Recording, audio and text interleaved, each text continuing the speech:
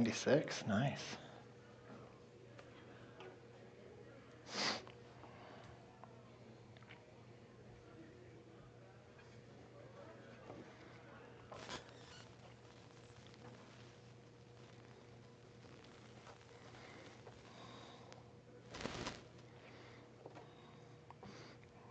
You want to back out?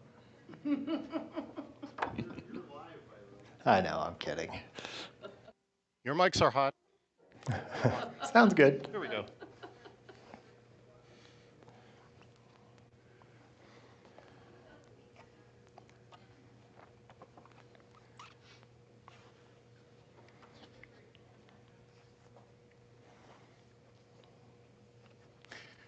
Good afternoon. I'm David Odie, I'm Mark DeFee. and we realize it may not be afternoon where you are, but here in Denver, it is moments past noon o'clock and well into the afternoon for our audiences in New York and Baltimore. So, and this event is called An Afternoon of Hope. Yes. So yes, good afternoon. Good afternoon. Yes. Today is World Suicide Prevention Day, so there might be people joining us where it's the middle of the night. We don't know, but this is an important day. It was started 21 years ago by the International Association of Suicide Prevention, as well as the World Health Organization. So we greatly appreciate you joining us today. And today we may very well have an international audience. In fact, let's take a moment and find out where our audience members are located. So you're about to see a QR code. We invite you to take out your phone, turn on the camera, and point it at that screen, and you'll have an opportunity to tell us where you are located. Now, if you're on Zoom, this is even easier. Just type your location into the Zoom chat. If that's not convenient for you, use the QR code or the link that is here on the screen. And what we'll do is over the next few moments, we'll be accumulating on a map where people are located as you're attending this afternoon. And we'll show you those results in just a moment. Awesome. And speaking of Zoom, if you're part of the Zoom audience, which I think we're currently over 100 people, which is fantastic, thank you for being here. But to keep us more connected, if you could be on camera, that would be great, because that way everyone else can see that there are real people concerned about this topic out there. And we also have someone who will be monitoring the chat. So in case we see any questions, comments, if there are any concerns that are triggered, we can help with that, and Marty Dickinson will be the virtual host for us today. While those results are coming in and populating our map, let's consider why we're here and set some expectations for the afternoon. Why are we investing 3 hours of our time? What can you expect from the 9 speakers joining us from 7 different cities? And why are the folks in Baltimore the only ones getting crab cakes? That is absolutely a great question about the crab cakes. But let's clarify expectations right now. So we're here because of a very serious topic, suicide, and its implications, its challenges, and most of all, its prevention. And so we will never lose sight of that today. And at the same time, although the topic is serious, I can choose not to take myself too seriously. So if you will give me permission not to take myself too seriously, I give you permission to laugh when something delights you. In 3 hours of content on such a heavy topic, you're going to need a release of tension from time to time. As you're going to learn later on, someone very close to me has taught me you've got to feel all the feels. Yeah. When you commit to letting yourself feel all the feels this afternoon, those feels may take you in some surprising directions. You may feel sad. No need to bottle that up. We've got boxes of tissues here. Yeah. I hope you have some handy wherever you are. You may also feel delight when you hear some of the solutions that some of our speakers are going to describe. Well, I mean, that's a great point. This is an afternoon of hope. And so we are going to need those surfacing moments. Sitting in this heavy topic for 3 hours is going to be difficult, but it's possible that someone might feel triggered by something that's occurring this afternoon. And if that happens, we want to remind you about 2 resources. One is 988. This is the National Suicide Prevention Hotline, and Corporate Counseling Associates, one of the sponsors for this event, has opened up a phone line for the next 7 days for anybody who might be struggling right now and who needs some additional support. And so we're going to be talking about that later, but just real quickly, that phone number is 855-242-5061. It has licensed clinicians who will work with you right then and help you get stabilized and figure out next steps for you. So please take a moment, look around, whether virtually or here in person. Assure yourself that you're in a safe place and it is okay to feel all the feels. And speaking of places, I wonder if John can show us the map of where people are joining us from this afternoon. We are coast to coast, aren't we? Yes, we are. Look at that 32. Look at that 32. That must be in I think the Baltimore that's area, Baltimore, DC yep. area. How about that? Okay. And we've got people all over the place. I see Kentucky, Tennessee, North Carolina. North Carolina, yeah. Chicago representing. Cincinnati. Mike Shaw, I saw you there. And we Ooh. even have someone joining us from Western Europe. Oh, wow. 4 people from there. 4 people in Western Europe. So we're so glad that you're joining us for the afternoon of hope. Yes, thank you. And in a moment, you're going to see where our speakers are joining us from. But before we go there, however, it's important that we acknowledge our sponsors and who are making this event possible. And foremost among those sponsors is a company called Corporate Counseling Associates, or CCA. And I actually work for that organization. I am so proud that we have invested this time and money and resources into today to make it a great event. It's going to be different than you've normally experienced. Like David just said, we have 9 speakers over 3 hours, and so we're going to be hitting on a lot of topics, things you might not consider, but this is important. And so I'm just so proud that Corporate Counseling Associates allowed me to come together with this idea and put it, breathe life into it, I guess. That's right. Breathe life into it. That's a good way to put it. Other sponsors that we want to mention include United Suicide Survivors International, the Chinstein O'Malley Sven Foundation, and Centennial Peaks Hospital and Highlands Behavioral Health here in Denver. Yes, and we also want to acknowledge those entities who've made it possible to partner or to gather in person, I guess. So that includes Baruch College in New York, the School of Social Work at the University of Maryland, Baltimore, and here in Denver, the Village Workspace and Event Center, who have bent over backwards to accommodate our setup to make this a highly coordinated, highly produced event. That's right. They certainly have. They've been great hosts. And speaking of locations, let's go around and have a quick hello from all the sites where we have speakers we will be hearing from. In San Antonio, Texas, we have John Ebron. Good afternoon, John. Good afternoon. Thank you for being here, John. And in Fort Worth, Texas, we have Dr. Charles Williams. Good afternoon, Dr. Williams. Good afternoon, Mark and David. In Minneapolis, Minnesota, we have Elisha Engelin. Good afternoon, Elisha. Mark and David. And in Baltimore, Maryland, we have Dr. Jody Jacobson Fry with a live audience there in Baltimore. So, Baltimore, thank you for joining us. If it's okay, on the count of 3, a big good afternoon. 1, 2, 3. Good afternoon. Good afternoon. All right. That was great. And not to be outdone, in New York City, we have 2 speakers, Dr. Jay Sandys and Dr. Jeff Gardier. New York, how about a wave and a hello on the count of 3? 1, 2, 3. Hello. Hello. Hello, good afternoon. We'll come back to all of you shortly. Thank you for being here and for standing by.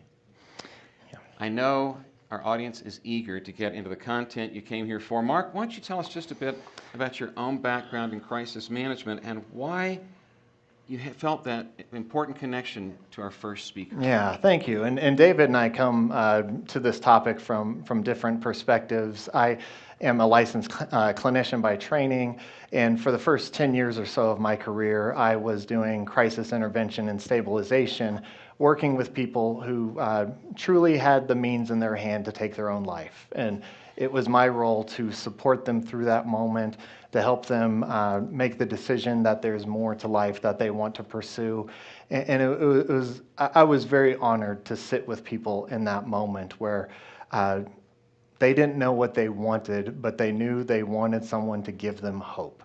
And it's a difficult place to be, which is why when we were putting the lineup together, we knew John had to go first because we wanted to start by talking to the people out there who are struggling right now with thoughts of suicide. We want you to know that you are not alone, and it is something that you can move beyond, just like John did. We just said hello to John a moment ago in San Antonio. He'll be our first speaker today. John is a certified master mindset, life, and behavioral consultant who has run several suicide prevention and intervention programs for the United States Army and is himself a survivor of suicidal ideation. When you hear his inspiring story of how he made it through some of the darkest times in his life, you'll be inspired as he was to find hope to live again. Please welcome, joining us live from San Antonio, Texas, John Ebron. Thank you so much, Mark and David.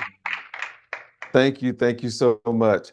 I really appreciate the opportunity to share a bit of my story because our stories are, as I like to say, completely different and absolutely the same, right? So there's elements into all of the things that we're experiencing, particularly those who may be challenged right now with suicidal ideation. And I want you to hear this, if you hear nothing else, you are not alone.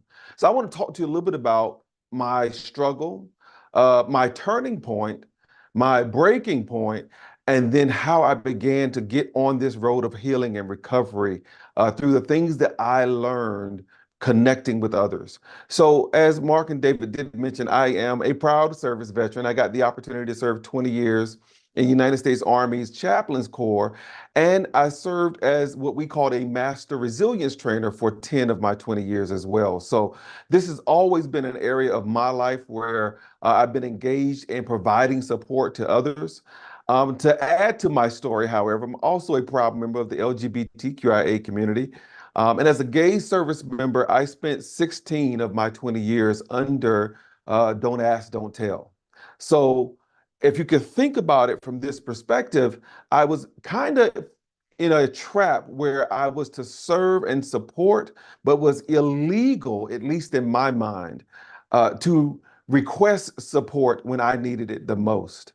So there, I found myself in this deep, dark area of despair where I really began to feel lonely, although I'm a part of the largest team in the world, right? So that's one of the first things I wanted to share with you is that regardless of where you're at, it is possible to feel alone, even if you're surrounded by people. And it's important that we learn how to check in with ourselves, honor who we are, and recognize when we're not where we want to be, how we want to be in our lives.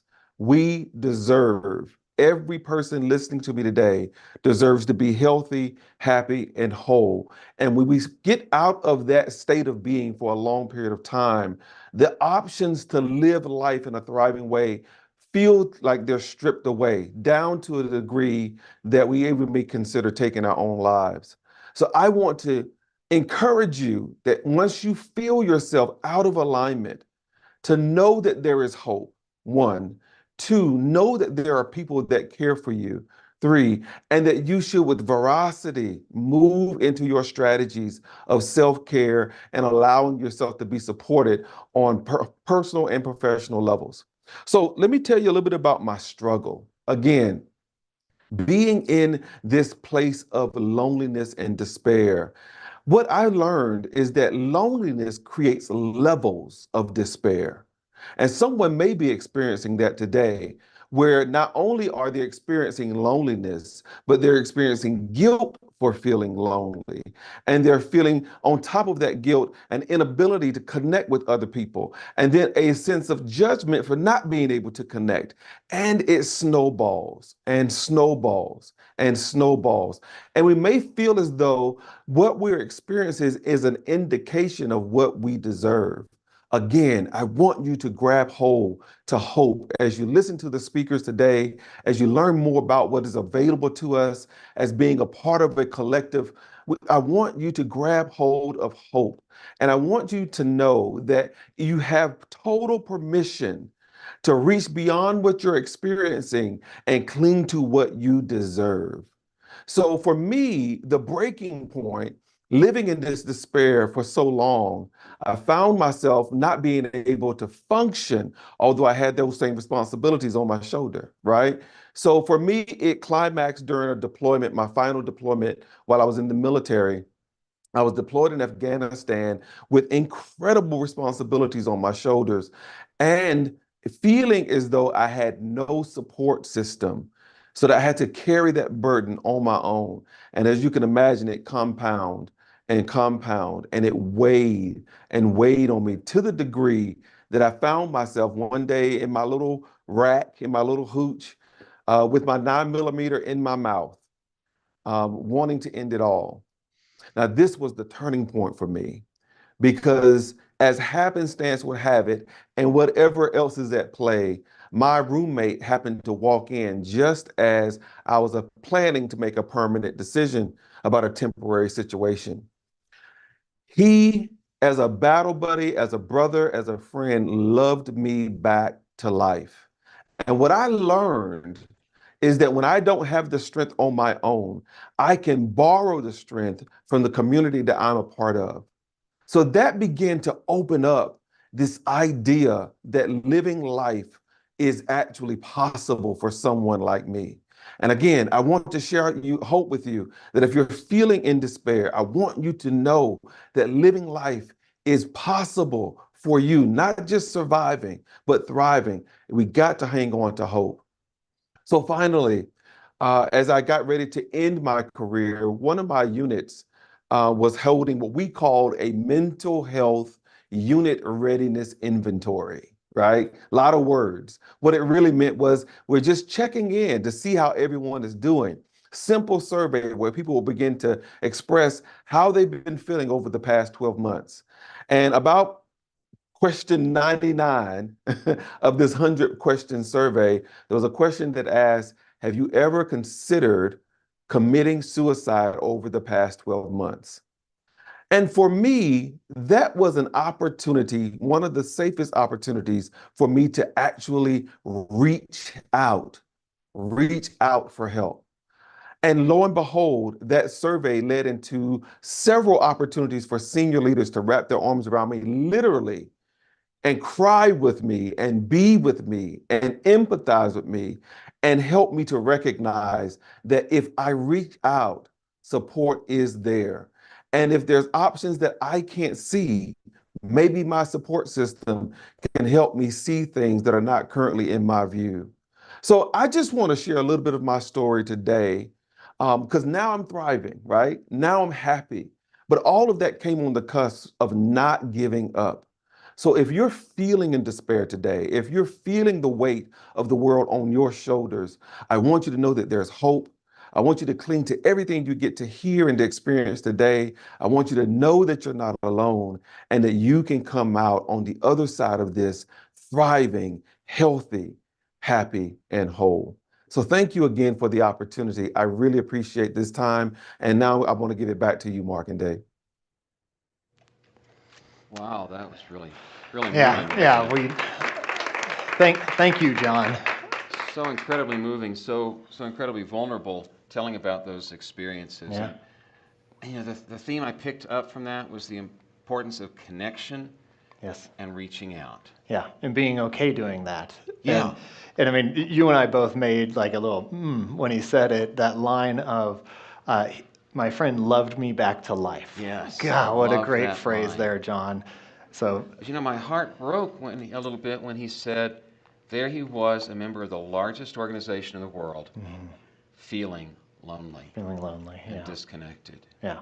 But to hear the people that wrap themselves around him Yes, that's right. to love him back to life was Yeah. just such a great story and a great way to kick off today. So thank you, John, for being here. We greatly appreciate you sharing your story with us. Thank you, John. Yep. You, Mark, told me one time about something that happened, I believe it was early in your career in Yes. crisis intervention, with someone who was suicidal, and an interesting and unexpected response from that person's family member. It was my very first actively suicidal client. I was still in graduate school doing counseling for the Colorado State Employee Assistance Program, and I just had this feeling. It was our third session. I remember it vividly because I had kind of a baseline for her, and she was just off. And so I had to go get my supervisor, who was in a couples counseling session, and said, I need you to come here to assess this individual. We both determined that if she left that day, she would end her life. And so we couldn't allow her to leave. We asked her who we should contact. She gave us the name of a family member, actually her brother. And I wasn't expecting what happened next. We called her brother. My supervisor explained what was happening. And let me start by saying first, this brother wasn't a bad person. Right. This brother wasn't, I didn't get any maliciousness off of him, but when he heard that his sister was again experiencing symptoms of suicide, he said, are you kidding me? Are you kidding me? She does this every time. We're about to go on vacation, my family and I, and every time we try and leave, every time we try and go do something, she pulls this card. And he was like, and I'm done. Just call 911, call emergency services. And so we had to talk to him about, if we really go down that route, it's going to be much more difficult for everyone involved. We know this is impacting the plans you have for you and your family, but you need to be here. And he understood that. Once he calmed down, once he got to a better headspace, he recognized, yes, my first response was a knee-jerk, emotional one. I need to be there for my sister. But it highlights a good point about the fact that someone struggling with suicide, it might be an ongoing thing that you're supporting them with. And that's something we need to expect, something we need to understand is going to be part of this journey and not just a one-time conversation and then, hey, everything's great again. This is something that's going to be ongoing for us. So tell us a little bit more about what's next. Well, I really resonated with that story you told when I heard about what Dr. Jeff Gardere is going to be talking to us about. Yeah. He has encountered a lot of situations like the one you described. He is a board-certified clinical psychologist, author, media professional, and a professor of behavioral medicine and clinical training at Touro University Medical School and Psychology Graduate School. So he'll be joining us from New York. Let's go to New York. Good afternoon, Jeff. Good afternoon, Jeff. Good afternoon, Mark and David. How are you? Doing well, Doing fantastic. In his practice, Dr. Gardere has often dealt with patients who have experienced mental health challenges, including suicidal ideations and attempts. He knows, and you may know as well, that it's often difficult to help people. It can be frustrating, especially to family and friends. It can be too easy to label someone who is troubled as troubling. The challenge is to see them not as a pain, but in pain. Today, you'll learn from Dr. Gardere how you can emotionally process those frustrations so you can validate and support others while also taking care of yourself. Please welcome, joining us from New York City, Dr. Jeff Gardere.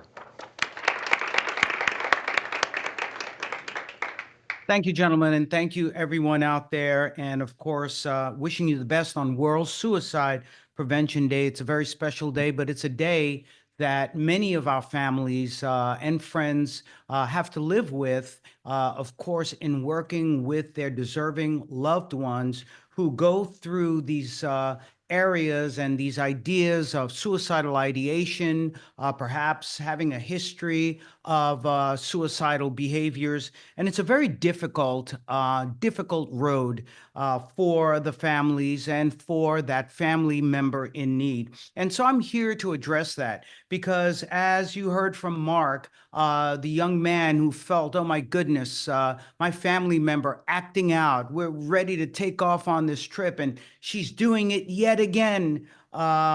This is something that all of us deal with when we're dealing with someone who is in need, who has mental health challenges. And so I know that as we have that anger, as we have that frustration, which certainly I can validate for you as a clinician and myself, who's had some serious mental health struggles. I've gotten my therapy. I still work on those issues every day. I'm a proud survivor and a victor of mental health issues, but that anxiety is still kicking my butt every day. I've got to tell you that. But, with that being said, it's really important to validate as you go through helping that family member in need or that friend in need, that the frustration turns into anger, that anger turns inevitably into guilt. Why am I feeling this way about this person that I love, about this person who is in need, about this person who is so much worse off than I am? Why am I being selfish? But folks, I'm here to tell you, it's normal. We do it. We're all human beings. Yes, we want to be super beings in what we do in helping our loved ones, but we are just human beings. And look, this is something that is very, very complicated for us. There are so many pressures for us as family members and friends in reaching out, in giving that helping hand, in being there constantly for that person who is in need. For example, we know the emotional arousal that is chronic and constant in caring for that individual who may have an issue. At the times we heard from John, taking care of themselves. And so we step in. But sometimes that emotional arousal has us on fire, body and soul. We just can't seem to tamp it down and be able to get centered and back into ourselves. The time that we spend with that person, the time that's spent on the telephone, that time that's spent in emergency rooms, perhaps putting off vacations completely to care for that loved one, leads to frustration. The sleepless nights, and we know how important sleep can be, the constant worry, not being sure that whatever it is that we've done, the interventions that we've made, is it really enough? Sometimes the cryptic messages that we get, which is really, in many ways, revealing an ambivalence that the person may have about wanting to live or die. But when we hear those messages, we feel that it's some sort of acting out or they're not really serious. Folks, we know they are serious. Any kind of suicidal ideation or gesture is serious, but these things weigh on us. And of course, the fear of what may happen, the fear of a brother, a sister, a son, or a daughter, or person, friend in the family. What's going to happen to them? And therefore, it's very difficult for us to stay grounded. And of course, I know many of you have dealt with this. I've dealt with this as a psychologist, the frustrations of trying to get someone into a psychiatric hospital. You know that story. We don't have beds. Well, we don't really think they're suicidal. Nah, there's nothing wrong with that person. And there you are back again in the emergency room within a few hours. So we know this is complicated. We know this isn't just acting out because we've been through this over and over again, haven't we? Haven't we been in the situation where we see it's not just about the suicidal ideation, it's not just about the gestures, it's not just about the attempts, it's not just something happening on a whim. This is about a comorbidity of a depression or a bipolar disorder or a schizophrenia or substance abuse or some other mental health challenge that becomes overwhelming for our loved ones. We know that quite often people who may have suicidal ideations, who are depressed, a lot of that may be rooted in the trauma. Perhaps it's a physical, emotional, sexual trauma. Perhaps it's being abandoned at a certain age. Perhaps it's something unusual or terrible that has happened to that person. And guess what? We were there. And maybe we were even part of it. And we know, as we heard from John, being part of the LGBTQ plus community, that there are outside pressures, social pressures, that wherein someone is depressed or they're feeling very alone because they're marginalized, because of prejudice, racism, transphobia, or other prejudices against that individual. And then, of course, we can get away with many things, but we can't get away with genetics. And so we have to understand that not only may this person be experiencing a mental health condition from the life that they're in, but also some of it has been predetermined. And we, because of genetics, sometimes hold ourselves responsible. So I think it's really important in focusing in on that individual who may be suicidal, who is a person in need, that we open our hearts as much as we can. And again, I validate each and every one of you in your frustrations, but it's important to focus on the pain of the individual. We know mental health conditions and suicide, it's not about weakness. It's not about a character disorder. It's not about acting out to ruin someone's day or being selfish. It's not an empty cry for help. It's a genuine cry for help, a genuine sign of hope and despair. Mental illness is painful for us to deal with, but imagine the pain that that individual who's going through it is experiencing. So we have to remember that, because that person is not a pain, but in pain. And we have to be there as much as possible. But there are certain things that we can do to buoy ourselves as family members, as friends, as loved ones, as we go through this struggle with that individual.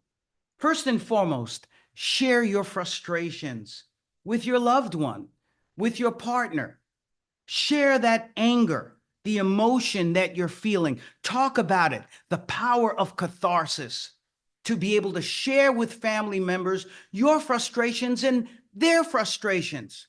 And when that person who is in need is feeling better, you can share with them the frustration that perhaps you experienced because you love them so much.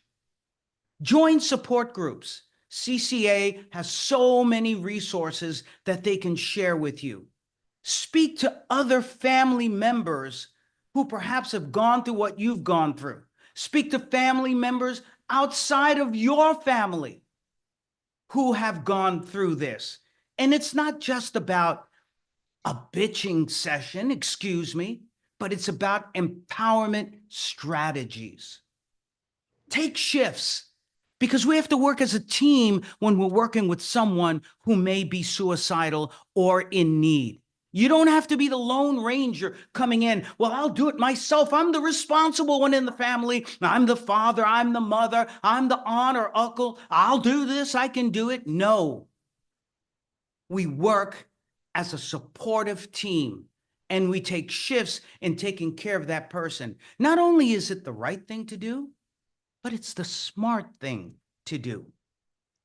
Talk to organized groups. Share what we're sharing with you today, because we don't want to be victims. We want to be victors. We want to own what has happened in our lives to our loved one and to us so that we can all be there for one another. And never, ever, and we do it all the time, I've done it straight up, try to scapegoat that person who is in need. Oh, why is that person the one who's always asking for help? Folks, there are two words we can never forget because many of us are clinicians: family dynamics. We all contribute in a way. We all must take responsibility in a way for the pain that that individual is in. I know I do it with my own children. We've had our mental health struggles. Did I do enough? Maybe I should have handled it in this particular way. Maybe I can do it better next time. And here's what's even better: I will do it better next time. So it's important as you go through this journey with your loved one, in closing, that you grow your resilience. The resilience to be able to handle these crisis situations without losing your center, because we need for you to be there for that individual, because that individual that you're helping is going to be there for you one day and is going to be there for others. We saw that with John. So self-care is important. Try to get your proper amount of sleep. Try to eat properly. Try to get your exercise and build your spirituality, whatever that may be. Because as we solve each crisis, ladies and gentlemen, it will only make us stronger for the next one, for our loved ones and for ourselves. Because, as you've heard from our MCs, this is not just about the destination.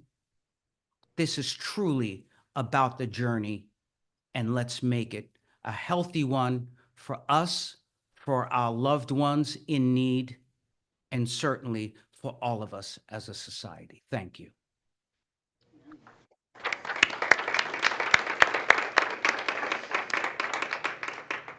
Thank you, Dr. Jeff.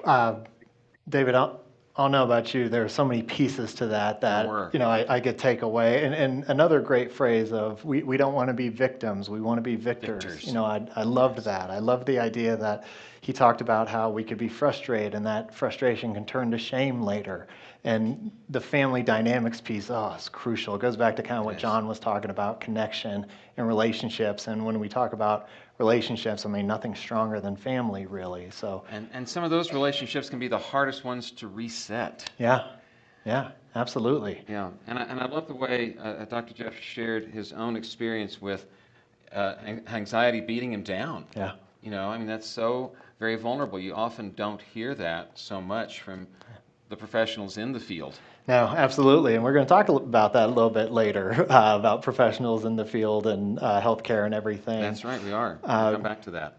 The last thing I'll say that I really appreciate about Dr. Jeff's talk, and that is how we need to be taking care of ourselves. Yes. If we're not doing that, we can't be at our best to take care of the people that we care about and that we're concerned about. And I don't think that's a selfish act to say, I need to take care of myself right now. It's almost that, you've probably heard it before, that example of oxygen mask on an airplane. You put it on the little child first and then yourself, because if you're incapacitated, you can't help anybody else. I think it's the other way around. Did I get that wrong? You put it on yourself first. And then you choose your favorite child. Excellent. Nailed it. But yes, the point is still the same. You put it on yourself, because without taking care of yourself, That's right. you can't help anyone else. So thank you. You can't pour from an empty cup. Yep. That's right. So thank you, Dr. Jeff. That was so touching and so welcome. Yep. We appreciated that message. One of the topics that we deal with in suicide prevention, aside from self-care and the frustration of dealing with people close to us who are in pain, we also talk about harm reduction. Yes. And one of the topics in harm reduction that was new to me was all the work going on in design and architecture. And Mark, you had a chance to go to San Diego I did. and talk to, and have a very interesting conversation with someone about that. Can you set that up for us? Absolutely. So I was able to go to San Diego a couple weeks ago to meet with Dr. Judy Davidson, who is a registered nurse as well as a nurse scientist at the University of California, San Diego. And she wasn't able to join us today, but even though she's not here, her message is powerful, and it's around really advocacy. What can we do in our community to improve harm reduction measures, I guess. And so she's going to be talking to us a little bit about how you design structures, buildings, parking garages to make them a little safer, and as well as why this topic is so important to her and so timely now. She spent 30 years in the field as a suicide prevention expert, but she has experienced something that none of us can even imagine, I guess. So let's hear from Judy.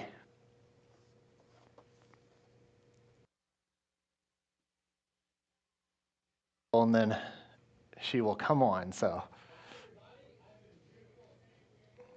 Yep. Here, I can just try and act it out.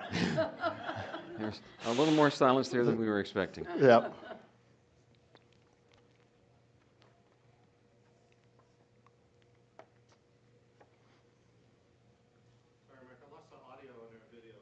Oh. Okay. Okay. So we'll come back to Judy. That's the nice thing about having that interview recorded. Yeah. It'll still be there. It'll still be there, It'll and we still can be come there. back to it. All right. So, which means that we have a hand up back here. Do you have a question? Are you able to share what her experience was? That's going to be coming up in the video, and so I don't want to steal her thunder, I guess. That's so, right. That's yeah, right. that's part of her story here. So, Watch him. Pay no attention to me. okay, cool. Well, thank you. I guess it's just me now.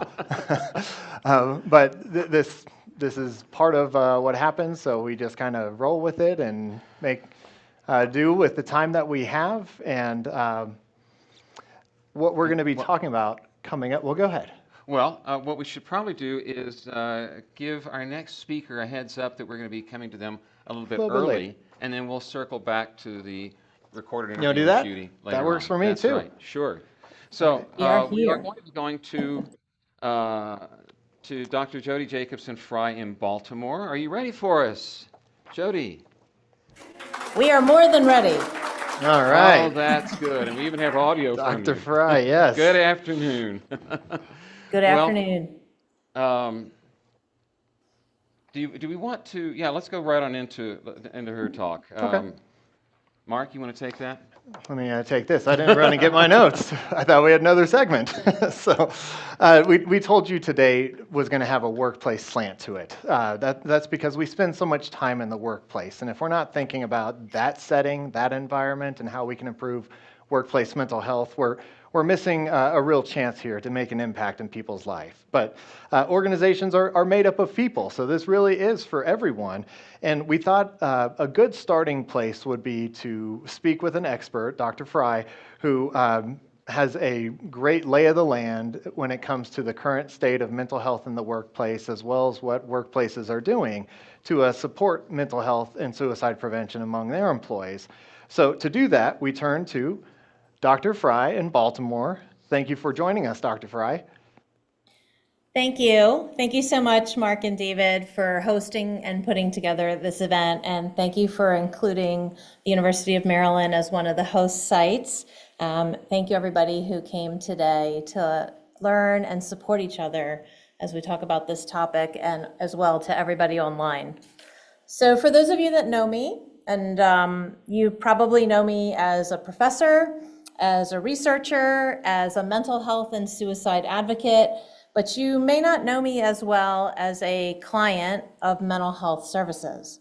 So I was asked to talk today about trends in the workplace related to mental health and suicide prevention. And instead of giving my traditional academic talk with graphs and charts and research and numbers, I thought I would try to integrate a little bit about trends from what I've experienced both personally and professionally throughout my career. So my goal for today is for you to leave educated and energized.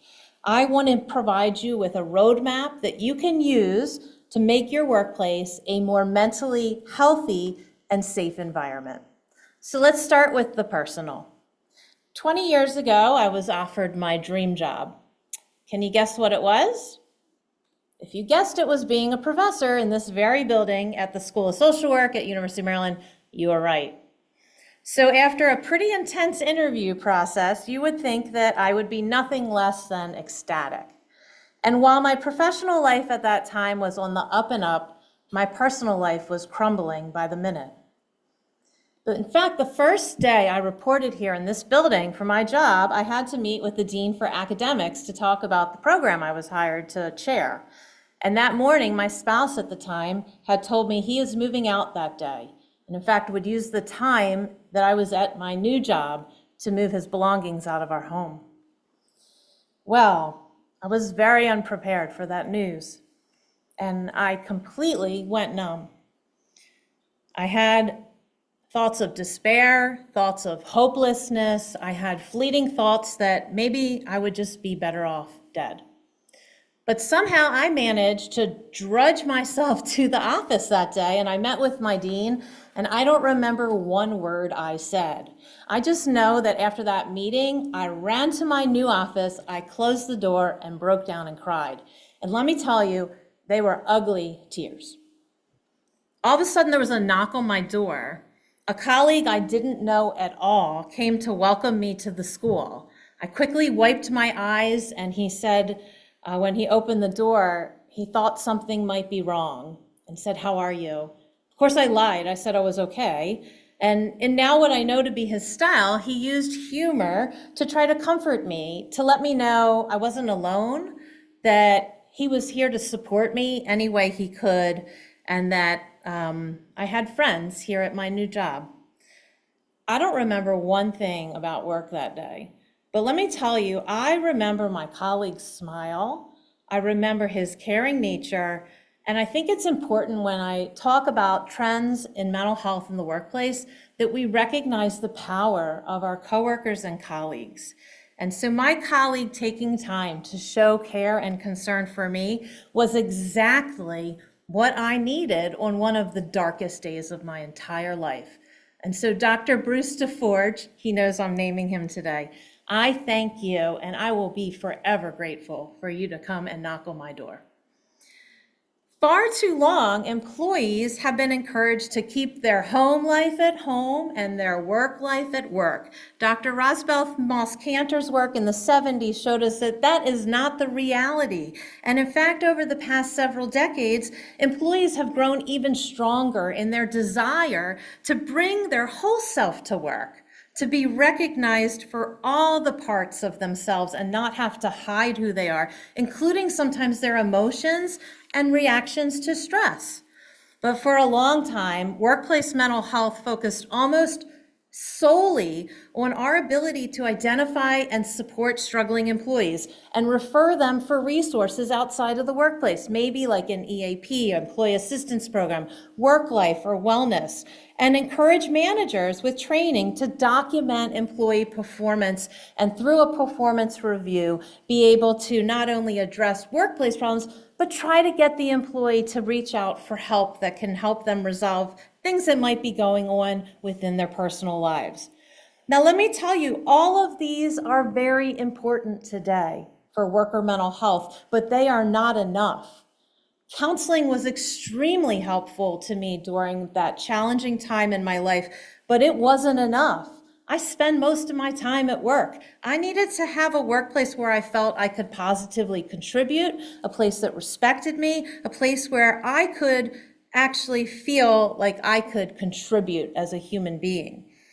It is no longer good enough as employers to simply pull people back from the brink of collapse. We must move more upstream and do more prevention. And by doing this, we not only prevent crisis and suicidal intensity, but we also help to relieve the burden on our overworked and under-resourced mental health network and workforce. So let's fast forward a bit in mental health trends and think about the impact of COVID-19, the pandemic, as well as racial injustice and social unrest happening at the same time. This changed how employers view mental health and well-being, as well as some of the programs that they offer. For decades, I feel like I've been banging my head against the wall, begging employers to invest in their employees, that this is the best investment they can make, and it would help their return on investment.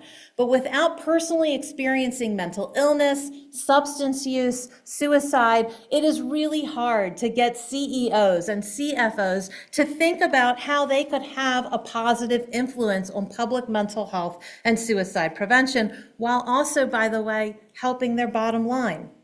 So during the pandemic, employers realized they had no choice. They had to confront head-on how to support employees and family members during this time. They saw firsthand how disinvestment in mental health and well-being ill-prepared them to deal with the crises that people were now bringing to work. The initial response during the pandemic, you might recall, was to encourage utilization of more resources, right? Counseling went online, you were able to do some of the work-life and wellness programs from home, and of course, mindfulness, being centered. These individual-focused interventions seem to be the answer to the problems, but many of us in this room, if not all of us, know, and research confirms, you cannot meditate your way out of a toxic work environment. And in fact, individual interventions are not always enough. So during the pandemic, I was asked to consult with a Fortune 100 international company to sit on their International Wellness Committee. At the first meeting, I was pretty upfront. Those of you that know me, I don't sugarcoat it. And I said, I'm happy to sit on this committee, but I'm not going to come here and just recommend individual behaviors to be incentivized and focus all of the onus on how individuals need to cope with their mental health and well-being. In fact, I'm going to push you to consider more systemic problems and how some of the organizational factors going on increase employee stress. I'm going to push you to take a closer look at how are you offering programs like paid leave, hazard pay, and how are you treating your Black and brown employees? For this employer, we're on the front line of the pandemic in distribution lines and didn't have the luxury to stay home and safe during the pandemic. Well, let me tell you, I was expecting to be told, thanks, Jody, but no thanks, and never hear from them again. But instead, they said, we've never had a social worker at this level of our workplace. The fact that you're pushing us on day one to look at the integration of mental health and DE&I is exactly why we need to have you here at the table. Since the onset of the pandemic, employers have invested way more into worker mental health, but they've also been forced to see firsthand the problems resulting from increased cost and lack of access to good, effective insurance-based care for their employees. Employers have pushed their partners and their vendors to be more proactive. They don't want to wait for someone to call when they're in a crisis. They want to encourage early intervention through things like universal screening, through coaching. They've been investing more in peer support and having programs internally that can provide both initial and ongoing support to employees. This, as well as the warm transfers to the mental health professionals when more assessment and support is needed. So now, as we consider where we're living in our post-pandemic lives, mental health trends in the workplace continue to push the envelope upstream. As we have moved from providing only crisis intervention and encouraging only individual behavior change, more progressive companies and workplaces have recognized the power of prevention and revising and enhancing their policies to be more fully integrated into the fabric of the work organization, as well as resourcing those programs so that they are set up for success. If we can prevent someone from experiencing a major mental health crisis and reduce suicide intensity, we have the opportunity to focus more on well-being. We have the opportunity to focus more on resilience and ongoing recovery. And guess what, guys? Research tells us that equates to better workplace outcomes as well. There's been a major shift in workplaces to train managers to be more empathic leaders that are that are coached on how to share their story in a way to normalize and reduce stigma about mental health help seeking. These upstream approaches are very impactful in reducing psychological harm and improving psychological safety. Policies that focus on no tolerance of harassment, bullying, racism, and discrimination in the workplace have a positive effect on the overall workplace culture, including morale and engagement. It is so important for us to help leaders to understand that they do need to be patient as they invest in culture change, because they do still often want to see immediate results from a new program or a new policy. And we know that culture change takes time. Changing that culture is an increasingly popular trend. It's one that I really hope will continue to flourish. So here at the University of Maryland, I remember our previous university president, President Perman, saying, it was, quote, there's not enough nice in the healthcare industry, and nice is what the public demands.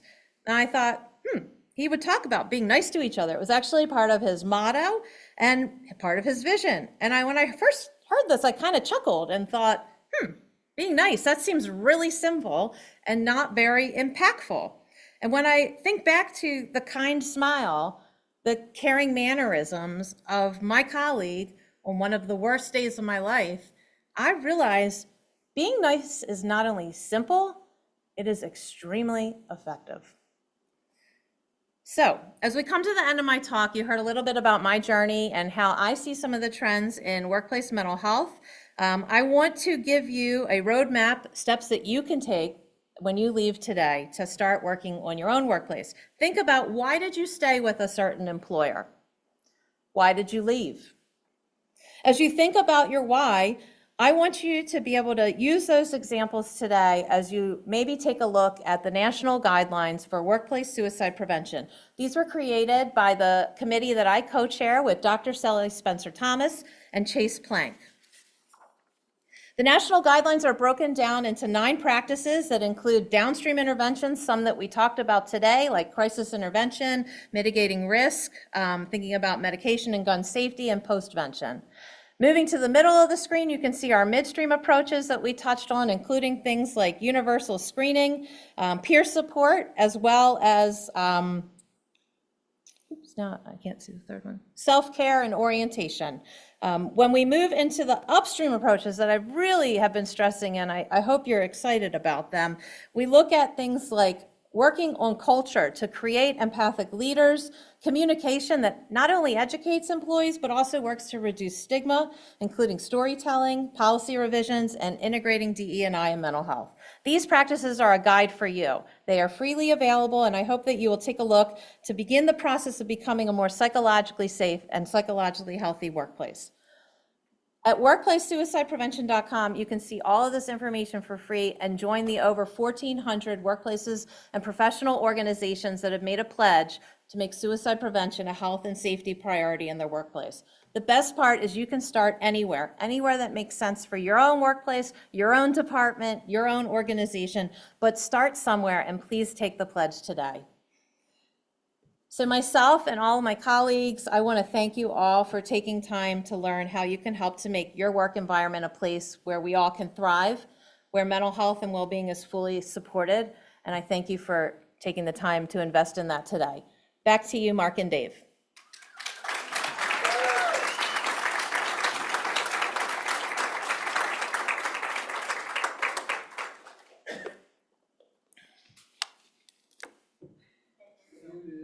We can't hear you, Mark. Data and trend driven, but I knew you were going to be a little bit more open today about your own experience, and I greatly appreciate hearing that story because it brings it to life. And like you said, you're a social worker, but that doesn't mean that you're immune to any of this. That's right. That's an important thing to keep in mind, is that the people who work in the field aren't immune to the effects of mental health challenges. Yeah. So thank you very much for that, Dr. Fry. It's been interesting for me, as Mark said, to hear not just research data coming from you, but such a personal insight into the experience that you had. And I love the fact that you touched on the idea that You won't remember the words someone says, but you'll remember how they made you feel. Yeah. Thank you, Dr. Fry. And so I've gotten the high sign from the back of the room about our video All right, yes. with Judy Davidson. With- So why don't you cue that up Okay. Mark? Just in case anybody forgot, Dr. Judy Davidson is going to be talking about how we can advocate in our own communities for looking at harm reduction measures within building structures, parking garages, bridges. So let's hear from Judy now. And like I said earlier, there's a little bit of B-roll without music. Don't worry, the audio is still there.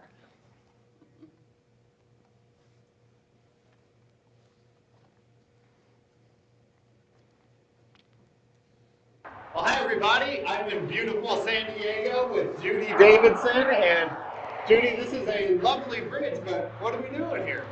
We're out here in front of the University of California, San Diego, where this highway overpass was just built a couple of years ago. Whoever built it was very thoughtful about suicide prevention because you can see that the overpass has a protective barrier, a very high fence that cannot be scaled for somebody to jump over or fall from. Any bridge is a risk for suicide, and it is an evidence-based approach to build the barriers in the bridges to prevent suicide. And in addition to that, tall buildings, and especially amongst tall buildings, believe it or not, parking structures. It's estimated that out of all the people who manage parking structures, that 50% of them have had a suicide or a suicide attempt from their structure. So how do we make parking structures safer? Well, again, building them in line for suicide prevention with a barrier fence at the top is number one.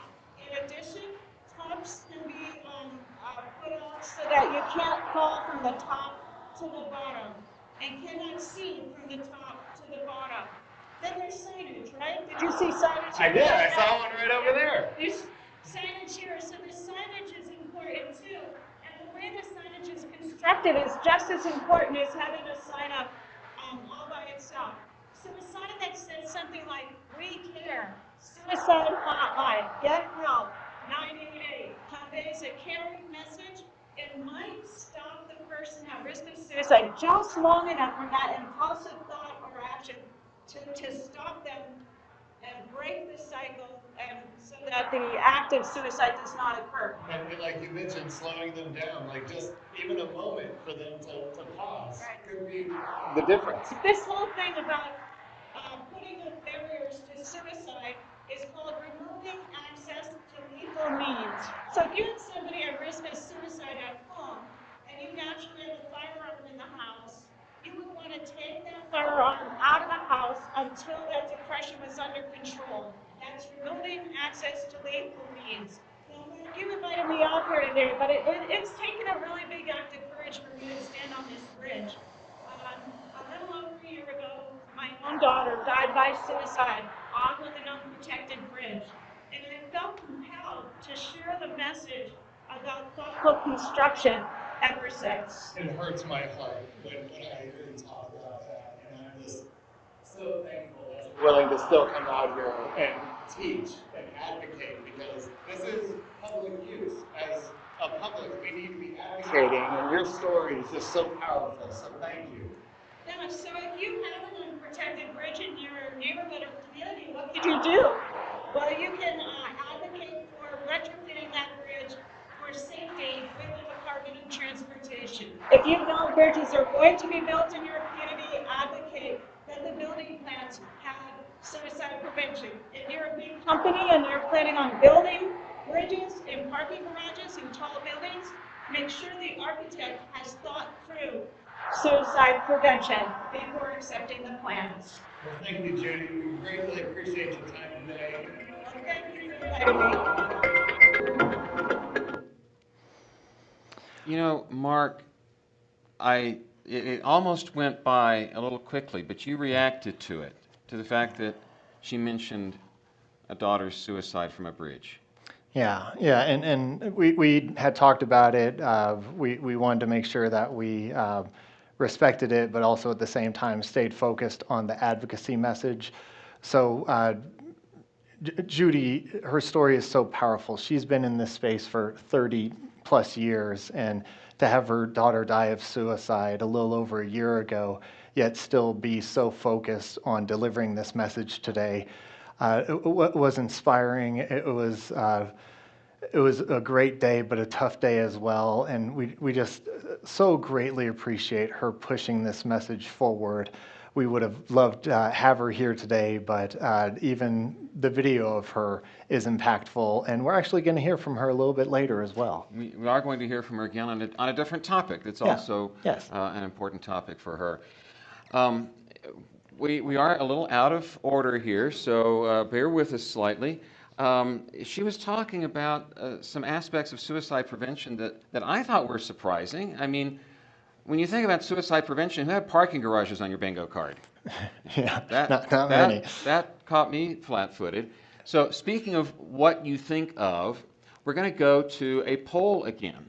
Yes. So I hope I've given John enough notice to cue up the slide. Yes, here we go. There we go. The QR code is on the screen.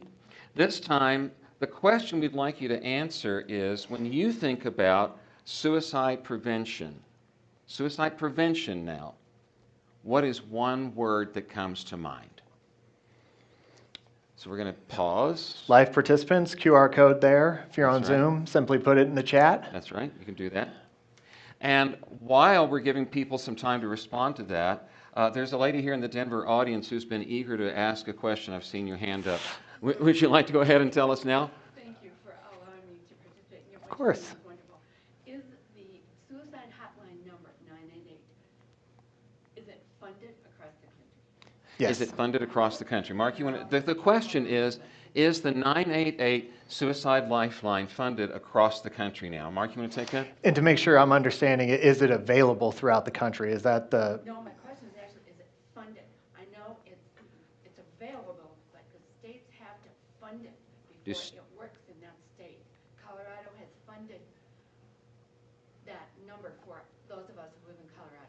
Okay, so in Colorado, the state has funded that number, and so the question is that true in all states at this point? I mean, I would love someone to hop in here and chat. I don't know. My guess was it is federally funded, but I see someone else here in the audience who's going to help us. Yes, every state has to have crisis services. So that is required federally to have that particular phone number.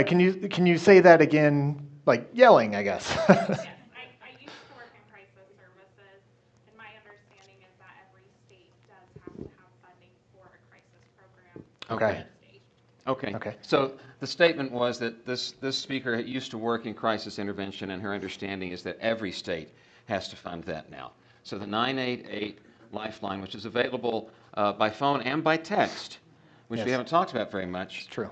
is an important resource, and it should be available to you in the United States, wherever you're located. Yes, absolutely.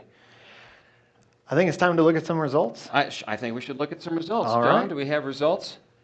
This word cloud represents your responses to the question, when you hear the word suicide prevention, what do you think about? I'm seeing words like connection and support. Yep. Communication, that's another big one. Openness, empathy. These are all great. Hope. And we're here Hope. for Yep. an afternoon of hope. So thank you for joining us. There's an today. interesting one on here, inefficient. I would love to hear more about that one, because I imagine someone has some serious thoughts if that's the word they're putting forward, and that's everyone's thoughts inefficient. are necessary that and is. welcome. So that one was interesting to me. What else? Care and support, gun safety. You're actually going to hear a little bit about that later on. Yep. Safety, help. Dr. Fryman, I believe, mentioned psychological safety. Someone had mentioned that recently. Yep. And that's important, although I don't see that exact phrase on here. So thank you for those responses. This is a way that we can encourage you to participate with us as well. Yes, do you have another question? I didn't do it fast enough, but I think asking questions. Asking questions. Do you have a plan? Do you have a plan? And I was in a position where I was afraid to do that. You were in a position where you were afraid to do that. And that's so important, is knowing how to have the conversations, the important conversations, where when you get the sense that someone is experiencing suicidal intensity, how do you start that conversation? Mark, you would know something about that. It's difficult because I think a lot of people are sitting there going, I don't want to say the wrong thing. What if I make them, decide to take their own life because of this conversation? And I think we can get in our head and not really be fully focused in the moment. And I think the biggest thing I teach people when we talk about this, because David and I are both certified trainers with the HOPE program that Jody Fry brought up, but one of the things I talk about is you need to breathe. Like, it sounds silly and a little basic, but when you get in these moments where you are concerned about someone's safety, it can cause us to get frantic, and we take these shallow breaths, and then we're not thinking as clearly, and we're saying the platitudes that come into our mind because we don't have clear thoughts anymore. And so being able to slow down and tell yourself, I'm here to support this person. I don't know where this conversation is going to go, but if I stay focused on the idea that I want to create a connection with you and I want to help you move to a better place, if you use that as kind of your North Star, then it's easier to stay in a conversation that people want to keep talking to you. And I guess that's the other thing I always talk to people about is do what you can to keep them wanting to talk to you. If it's not a good experience, then they're not going to want to keep talking. And so sometimes the conversation might go differently than you had planned or expected it. But if you keep them wanting to talk to you, you always have a chance to redirect. So those are my kind of off-the-cuff thoughts. Keep them wanting to talk to you. That was so well put. Thank you for that, Mark. Thank you. Appreciate it. Off-the-cuff discourse that has added so much, I believe, to our content this afternoon. As we think about where we're going next, we will be going back to New York for another speaker there. And there's a contact point here that I think is worth mentioning. Mark, you have mentioned that major support for this event comes from CCA, which is the company that you work for, and it's also the employer of our next speaker. Yes. You want to say a word or two about that? Absolutely. So thank you. Corporate Counseling Associates, like I mentioned, we had this idea when David came and said, hey, Mark, I'm thinking about doing this on World Suicide Prevention Day, and I took it to my leaders, and they immediately were like, yes, go do it, whatever you need. It really was inspiring because, to be honest, I'm actually pretty new at CCA, and I didn't know what they were going to say, but they really said, go do it, whatever you need, you have it. And it was just so inspiring to me, and one of those confirmations that I had gotten to a place that really cared about these topics. Well, and you mentioned my name, and that probably made all yeah, the absolutely. David Odie's going to be part of it, and they were like, done. I told you I wasn't going to take myself too seriously, didn't I? But one of the things that Corporate Counseling Associates does is I like to describe them as workplace mental health change agents. They have products and services that we implement with organizations, helping them look at the whole continuum of mental health. It's not just mental illness and people in distress. It's that well-being side of the mental health continuum as well. And so they sell employee assistance program products as well as learning and development, like Jody said, helping leaders create that culture. And like David mentioned, our next speaker is a colleague of mine. His name is Dr. Jay Sandys. He's a licensed clinical social worker. And he's going to be talking to us about a healthy workplace culture and how that supports both business performance and employee well-being. Anything you want to say about it? Yes, I'll say good afternoon, Jay Sandys. How are you? Very well. Good afternoon. So Jay is here to tell us how workplaces can do more to support their employees. He's a mental health professional with 29 years of clinical experience and 17 years consulting specifically on the workplace and its role in employee mental health. So please welcome, joining us from New York City, Dr. Jay Sandys. Thank you so much. Thanks, Mark and David. Thanks, everybody, for joining. I'm going to talk to you today about the workplace culture specifically and how to make it support mental health and well-being. Excuse me. There's a little bit of overlap with Dr. Fry, but I think that's a good thing because we're very much in agreement and we're both social workers who have a lot of experience with employee assistance programs. So I want to start out and just talk a little bit about why this topic's important, define organizational culture and psychological safety, something that was mentioned already, talk a little bit about some of the barriers people face in terms of getting help, and then dive into how to create a more supportive culture within the workplace. So why is this topic important? As was already said, it's not only good for the individual, but it's also good for the organization. And as far as I'm concerned, the workplace plays a really integral role in our lives. Most people who have mental health issues are employed, and the workplace presents an opportunity to see if somebody is struggling and to offer some intervention and have some resources in order to address that. So to me, there's just it's a critical function of the workplace to improve employee well-being, which also, as it happens, helps improve the bottom line. So they really go well together. I've always believed that. I got into EAP work almost 20 years ago, or more than 20 years ago, and it's always been my view that productivity, profit, and so on, business reasons and humanistic reasons really come together. And it's what I love so much about the employee assistance world. So when we're at the workplace, one of the things we have the opportunity to do, even when people are working remotely, and we saw this during COVID, that we had to pay a little bit different attention to their performance or how we measure their performance and so on. But if we're looking at how they perform, their behavior and their appearance, and if there's any changes in those, then we can identify that there might be a problem and we could be a little bit more proactive. Now, what happens if we don't deal with those things? Some of the problems are anything from absenteeism, productivity issues, turnover, conflict, safety issues, and healthcare expenditures also can be really increased.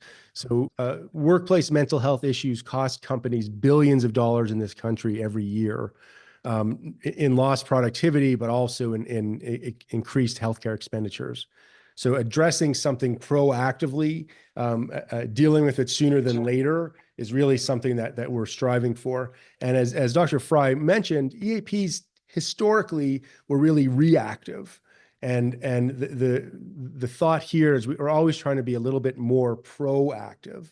And some of the things that I've been working on and that others have also been addressing is to address the culture of the organization overall and thus improve the well-being and to prevent suicide risk and to prevent or decrease mental health issues.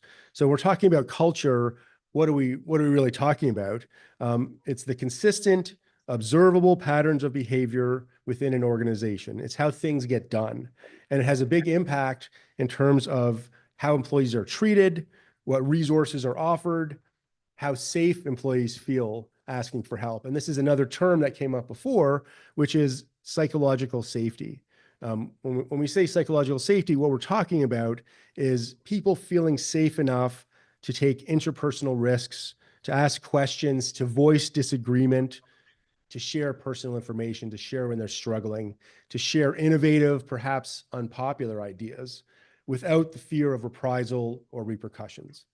And this is something that can be established within an organization. In fact, you can have psychological safety also within a team. And it really is good for business because if somebody has an issue with how things are done or with the status quo, or they see a problem and they feel okay about voicing it, or they have a new idea or a different way of doing things, you can see how beneficial that can be to the organization so that it can be adaptive. But also, psychological safety allows people to speak up and to not fear being judged so much and not fear some repercussion or losing their job or something like that. So it's really an important part of my message here that increasing psychological safety is part of something we want to embed within the culture of the organization, and we all have a part in that. We can all advocate for that. So what are some of the barriers? Some of the stuff that was mentioned already, the biggest one being stigma. Now, this is something that occurs across the country, around the world even. Mental health issues, substance abuse issues are stigmatized. People are treated badly, are thought to be weak or have a moral failing or something like that. Physical illness is treated much differently. So this is a big barrier to why a lot of people don't want to share, and why it was so brave of everybody here to be able to share some of their struggles. Some of the other stuff is just lack of awareness. Even though we've been doing this for so long, I've been at so many companies, I still run into people who don't know what an EAP is or don't know how to access resources and so on. And to me, that kind of message, it really never stops. There's also, of course, an issue around inadequate resources, and that's maybe a bigger problem than most organizations can deal with. So one thing I think is really critical is normalizing help-seeking behavior. And one of the ways we do it, and we've seen it here today, is by leaders sharing their own struggles. So if a leader shares their struggle, it sets the tone here that it's okay to share, that they're not being harshly judged, that there are no repercussions. It's showing that there's some level of psychological safety. But leaders, if they don't want to share their personal information, can also ask people how they're doing. They can share information about mental health. They can prioritize mental health. And to me, that's the biggest thing a company can do. There's lots of specifics, and I'll get into a few of those, but prioritizing mental health and well-being of the workforce for humanistic and business reasons is the main message here. If they do that, they're going to put resources towards it. They're going to start changing the culture of the organization, and they can really make a big impact there. Another thing that I think is critical is gathering data.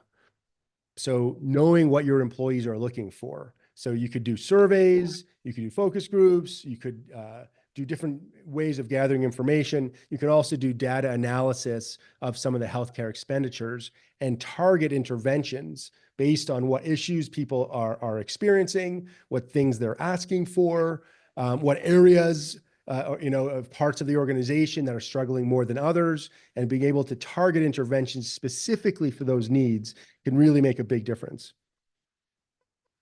Another thing that I think is really critical is partnering with your EAP. So this is totally my focus because I work at an EAP and we also do consulting, but I've seen so often that an organization will have an EAP that's just check the box. They have it, it's separate, they don't want to have anything to do with it. And what I'm saying is partnering with the EAP, speaking with the account executives, bringing them in, really sharing some of the struggles and things they're dealing with makes a huge difference. Promotion of EAP services is ongoing. It never ends. And bringing the EAP in to discuss some of the crises and some of the problems can really be helpful, that together you have a partner that can work with you to come up with solutions. Another thing that I think is critical and that's been mentioned already is building community. There's a number of ways to do that, but community is something that is so important for all of our well-being. So building a community within the organization could look like creating an employee resource group around mental health, or as has been mentioned before, around DEI, or any other number of areas and specific groups, but empowering people within the organization to advocate for themselves and to ask for policy change or additional services or anything like that can really make a big difference. Also, peer programs. I've run a few of those myself and created those, and they're really helpful because they help to bring people together around a common cause and have people trained and aware of what mental health issues are, how to identify risk, what to do, what resources are available, how to have conversations. And to me, it makes a huge difference, not just in terms of what they can do directly one-to-one, but overall in the culture of the organization. So we've trained a lot of people around becoming a peer and how to support others. But to me, the real difference is I think the people who are peers themselves benefit.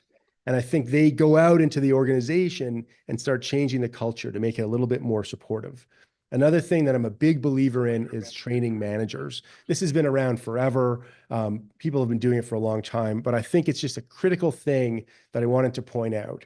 Training a manager about how to have a difficult conversation, how to pay attention to performance. Some of the things that a manager does, but sometimes they don't do it well. Sometimes they're not meeting regularly with their employees, or they don't know what to do or what to say.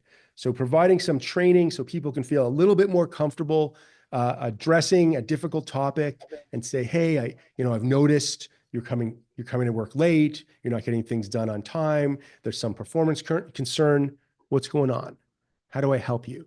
How do I stay present? How do I stay engaged with you? How do I show empathy without judgment? And this is something that's learned. And we want to empower managers at the front line and leaders at all levels to be able to champion this kind of thing and really promote mental well-being, to know what to do in an emergency if somebody's at risk and acutely at risk, but also to get something earlier and be more proactive. Another thing that I didn't mention is setting boundaries.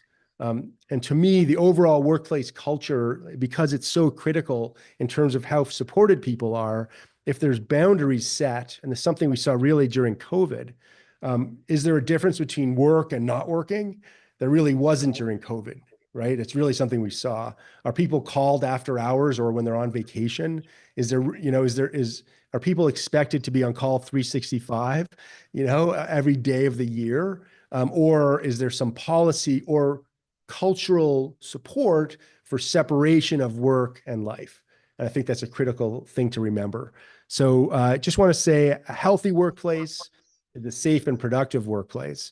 And so I think that those both come together. I'm a big believer in it. And thanks for letting me speak today. Back to you, David, Mark.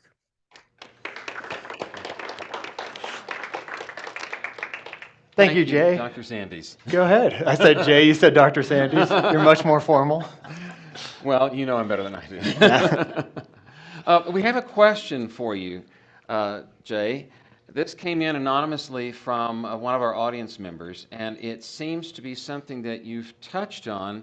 It's closely related to what you were just talking about, but I'll go ahead and put this question to you.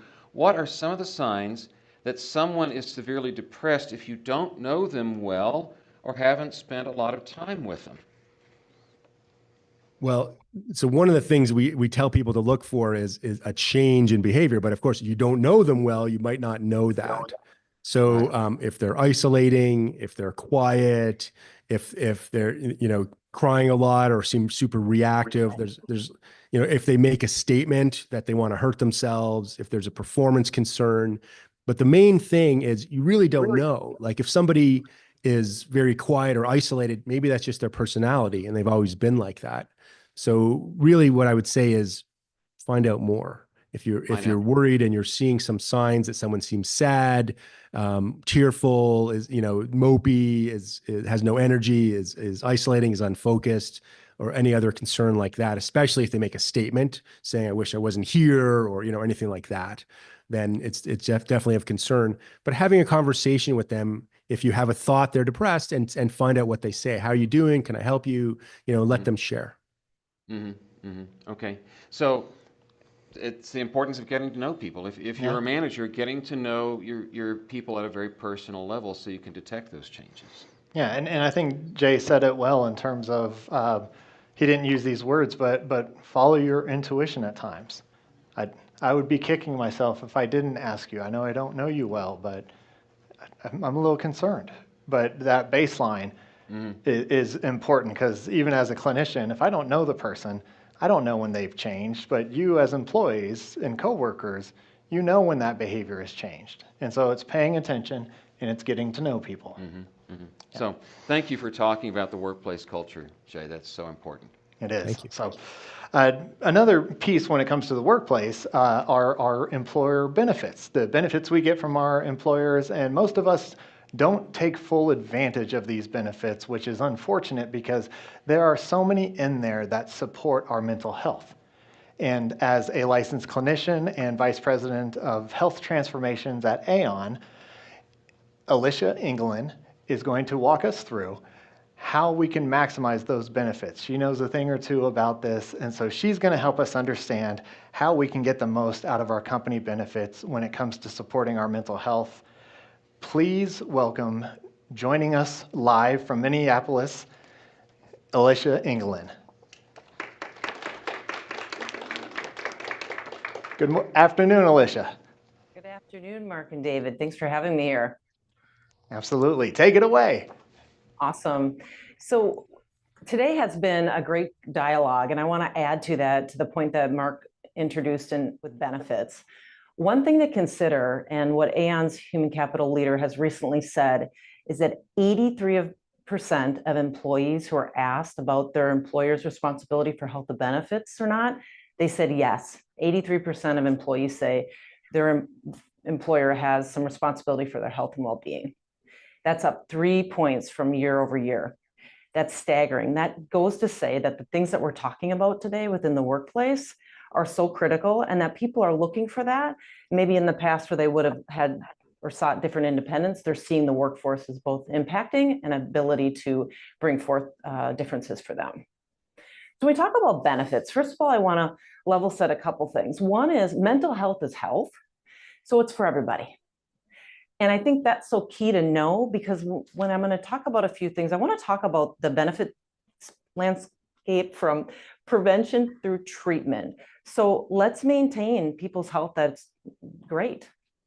Let's look at how do we help people achieve better health, and how do we help them sustain that. So that's a continuum across the board. And I think it's something that is really key, because many times people come to me and say, we have this crisis or we have this situation.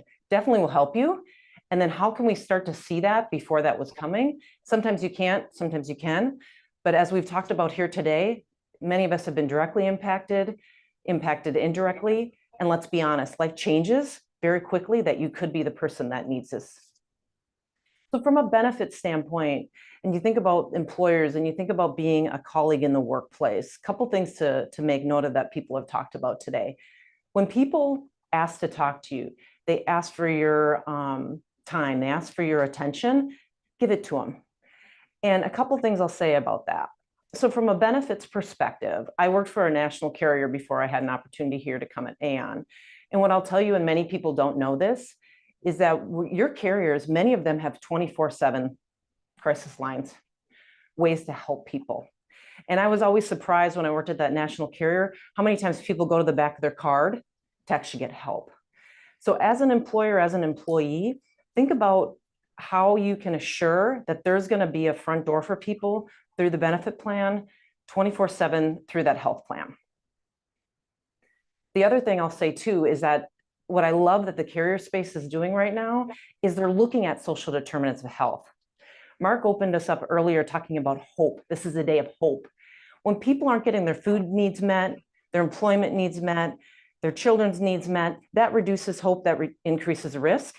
And so making sure that when we're looking at total benefits, that we're looking at social determinants of health, because you can give people the best benefits, but if they have nowhere to get there, they can't pay for it, that's not going to be as helpful.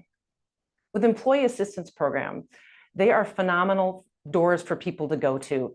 When we think about stigma, sometimes it's easier for people to go to EAP, sometimes not, versus their behavioral health plan. But you got to assure that your EAP has a means that if a crisis comes up, that people can be handed off or integrated into the system that will help them. The other piece that I want to mention too, when we think about benefits, it's so key that if you provide a benefit to an employee for musculoskeletal pain, making sure that that provider, that vendor has a process for if somebody says it's too much. Because we know when you have back pain, you are more at risk for depression, you're more at risk for depression, you're more at risk for suicidal ideation. The other piece from a benefit perspective is that when you have a tragedy in the workplace, someone has death by suicide, there's a shooting, making sure that those services for critical incident stress debriefing and disruptive event management are brought in, because if we don't help people, there's a risk for something more to happen. And that can be a very, very good way to help people. The last thing I'll say is around culture. So many of my colleagues and now new friends have talked about this. Culture is the glue that brings us together or it keeps us apart.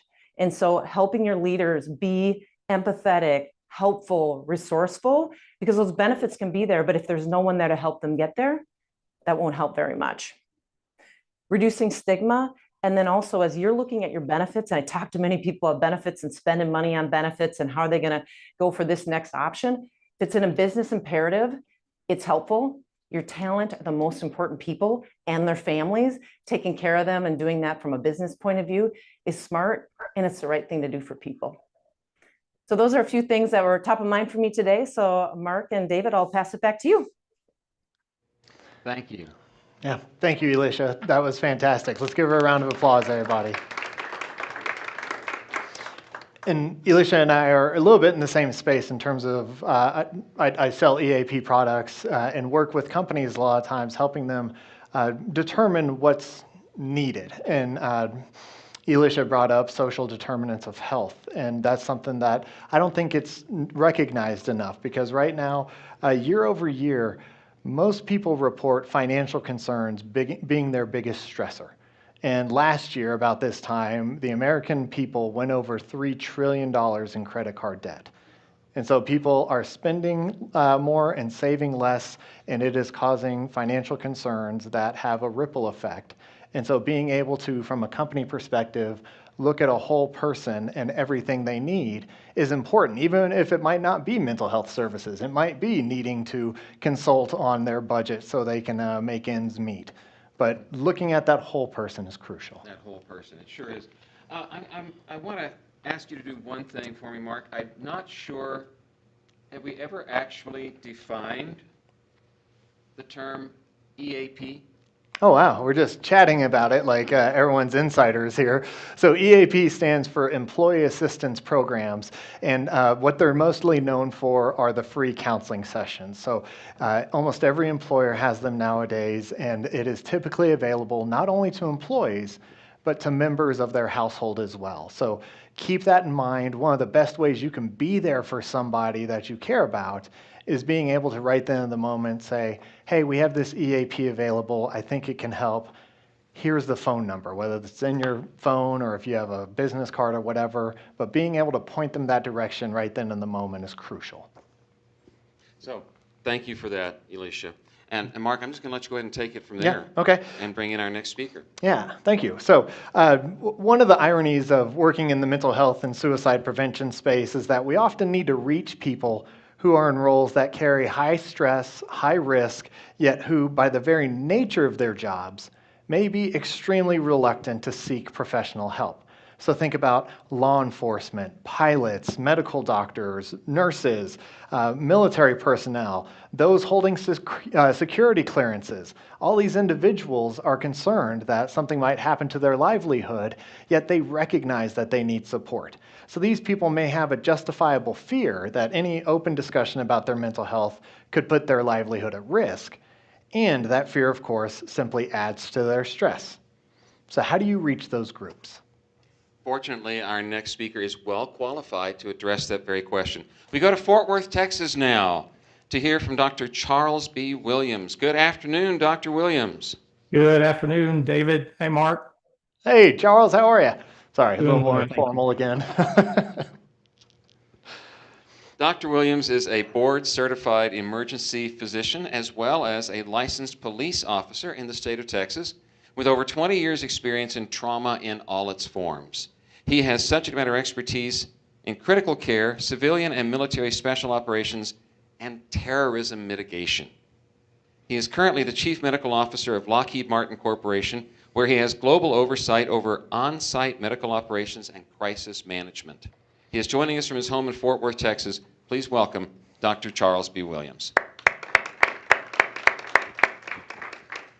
Thanks so much, David. And Mark, thanks again for the invitation to participate in this. I can't tell you how professionally and personally pivotal this is. It truly is an honor to be here today and to hear such a great panel of folks talking about things that really can be significantly impactful to many people's lives. As we talked about, and as you mentioned, one of the populations that really I've lived and breathed with for decades and continue to do so in my current role are people that really work in high stress environments and high risk environments, and people that hold security clearance classification to do some very important things for national and international and global security.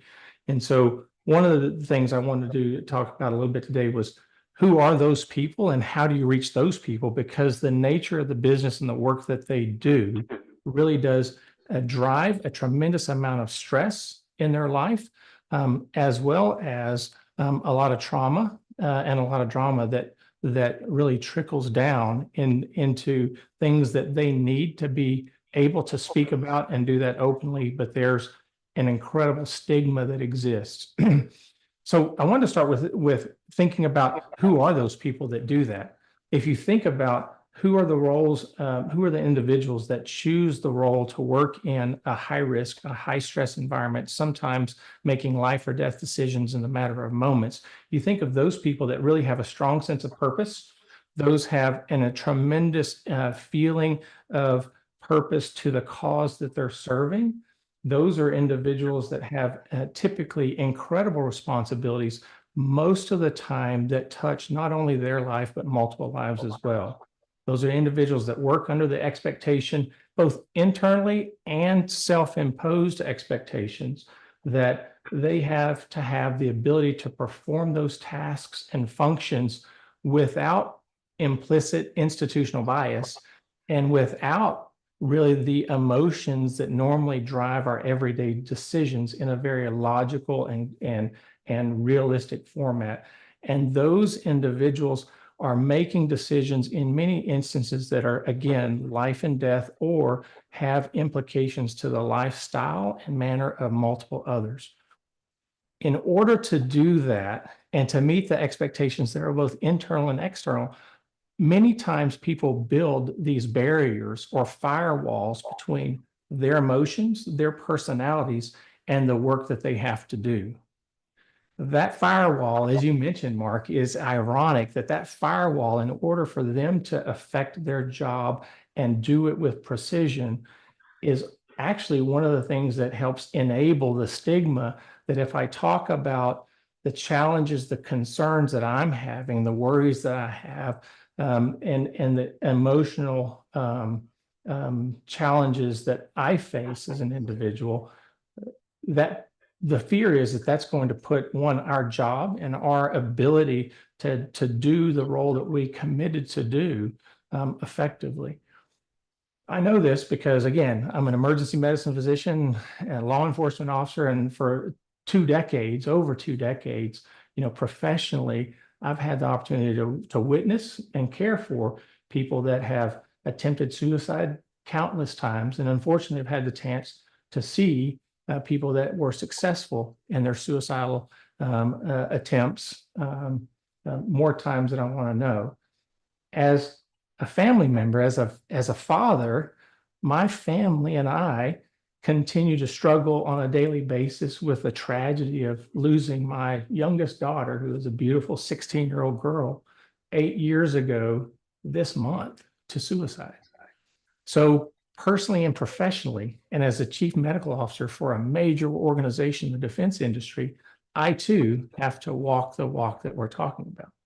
So I thought that it would be interesting and hopefully helpful to the group to talk about how do you reach that group? How do you get them to talk? How do you help them understand that it's important that they too, despite having to be Superman or woman in some instance, they too should have an opportunity to talk about their kryptonite or the challenges that they have. The great news is many of the things that we've heard already from the presenters are all elements of what you need. I think, and I took notes because it was all fantastic, and I always translate that information over. The work that Dr. Frey and Dr. England were talking about, as far as and Dr. Sandy were talking about putting together a healthy work environment and a workplace and a culture in which it is okay to talk about those things are so important. Working with special operations teams, small teams, and so forth, the thing that they truly, that makes them successful is knowing about each other, not only their strengths, but their vulnerabilities. And so there's a few things that came to mind that I thought about. What are the things that really are important for this community of the employees that work in high-risk environments and those people that hold security clearance classification? We'll talk a little bit about that in just a second. And it really is much the same as what you do for any employee or any other person that's out there, that you get an indication that there's a challenge. The first thing I talk about is active listening. And I think it was Dr. Sandy that was just talking about that. What is active listening? And that is really looking for changes in behavior. When I talk to my teams about how do they connect with their employees on their emotional well-being, I tell them to listen and to do that actively. And that's not just with your ears, but with your eyes, looking at behaviors, changes in habitus, whether they're disheveled, whereas they're normally, very well kept, whether or not they're showing up to meetings, whether or not they are late or prompt or they're prepared, so forth. So looking for those things, not just listening for the words they're saying, but I also tell my team to listen with your heart. So I think it was, I think, Mark, you were actually talking about your first interface with a person who was had suicidal ideation, was having challenges, and that you noticed that something was off. There wasn't anything specific that you saw, you just felt that something was off. What I tell people is to listen with your heart, because we do instinctually, if we're truly listening and we're actively listening, we have the ability in many instances to make a determination when something just isn't right. And you should have that ability and know what to do to act on that. So active listening is one of the things that I talk about. The other thing that's important for special operations teams, high-risk employees, they're working in high-risk employees, people with security clearances is another thing we talked about. And that's, I think John talked about that in the Army, in the military, and that is understanding that you're not alone. So normalization versus minimization. In other words, letting other people know that what they are experiencing is understood, and that many people do that.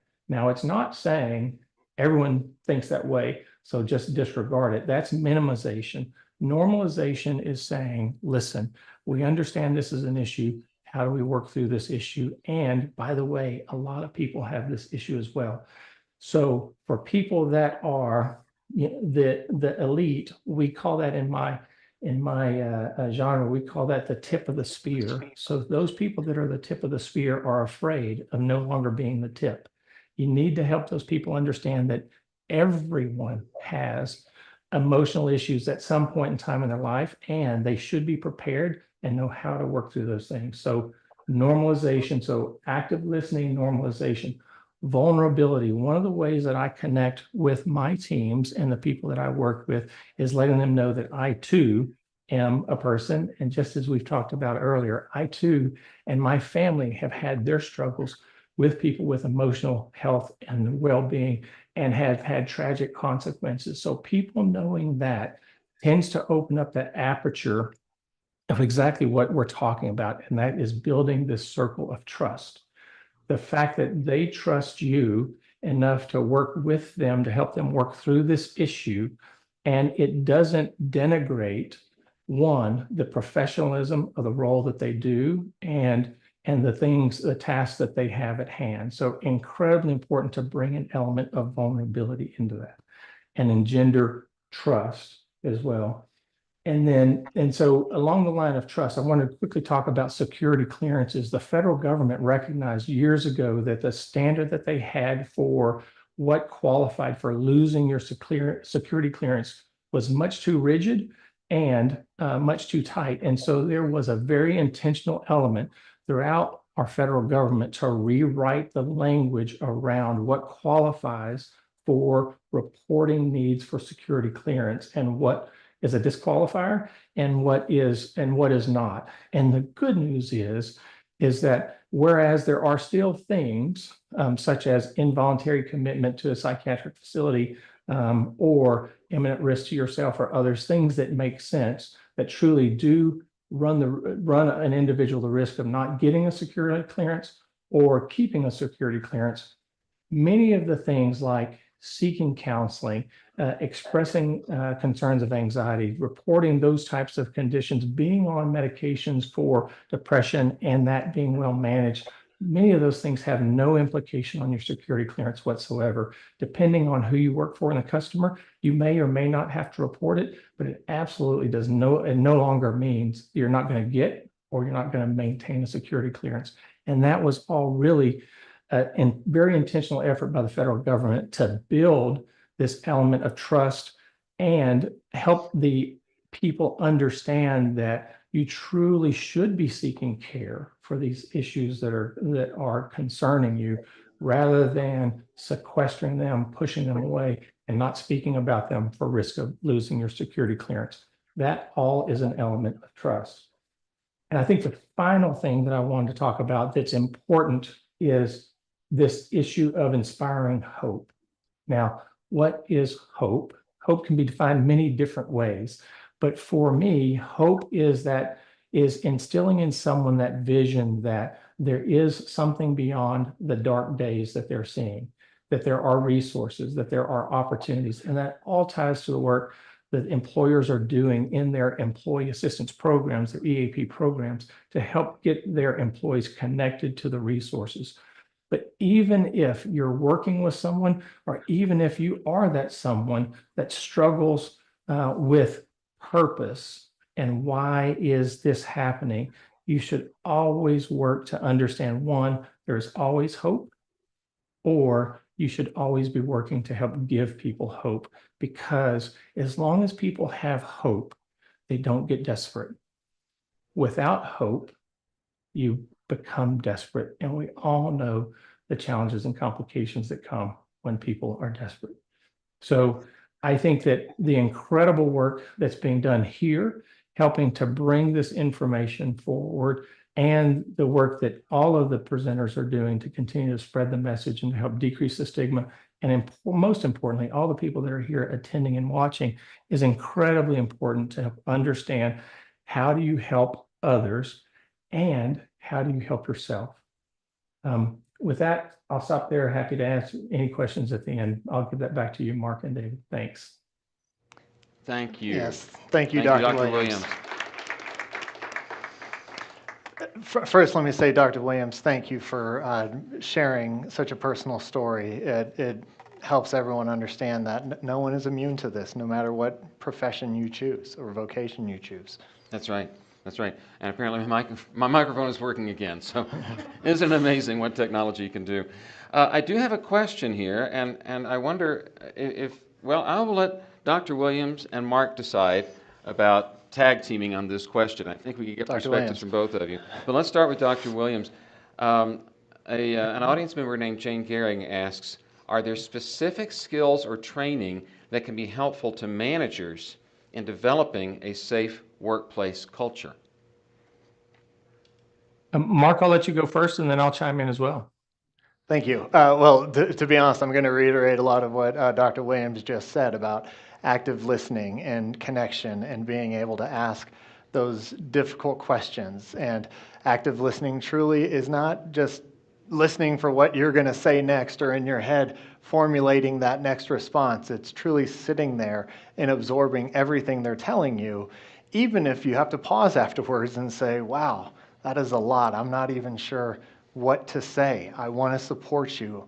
I don't want to say the first thing that comes to mind. I want to say the right thing. And so I'm just going to sit here and absorb everything you're telling me, or however you want to say it. That you don't need to respond immediately to something so impactful, but you could miss a lot if that's all you're thinking about is, how am I going to respond to them? So that's just one specific skill. The question was also about resources. I'll tell you about two real quickly. One, there's a training out there called Mental Health First Aid. Yes. It's for organizations. It's extensive, but it's extremely helpful understanding what people might be going through, how to look for those different signs and symptoms, how to approach them. It's very skill-based training. There's another one called the HOPE Certification Program, which David and I are a part of. It stands for Helping Our People Elevate, which is more of a large-scale workplace training that helps people within their organization craft mentally healthy workplaces through their messaging, through their benefits, through leadership involvement. And so those are just two to go check out when it comes to resources. But Dr. Williams, what else would you add to that? Well, I would say, Mark, I think one, your references are absolutely right. What I would encourage is that for any of you that are employees of an organization of any size, unless it's you working out of your home, reach out to your HR professional or reach out to your EAP organization and say, what training do we have available? Invariably across the board, every organization that I've spoken with that has a dedicated EAP resource has within that EAP resource training available, oftentimes at no cost to the company or the employee, on how do you make your managers more attuned to having conversations with your employees about their emotional well-being and health. And our EAP organization does that, and then I do that independently within our organization as well. So absolutely, please do reach out to your EAP organization if your company has one, to understand what they offer across all the bandwidth, because I'll guarantee you in most instances, it's more comprehensive than what you understand. I will say this, the number one thing to do is build the awareness. The mental health first aid program, any other, emotional well-being program, my goal and hope is that it builds an awareness that managers can absolutely have a conversation with their employees that says, how are you doing? And is there something that I can do to help? You're not asking for someone to disclose any protected personal health information. You're not requiring that or mandating, but it builds that element of trust.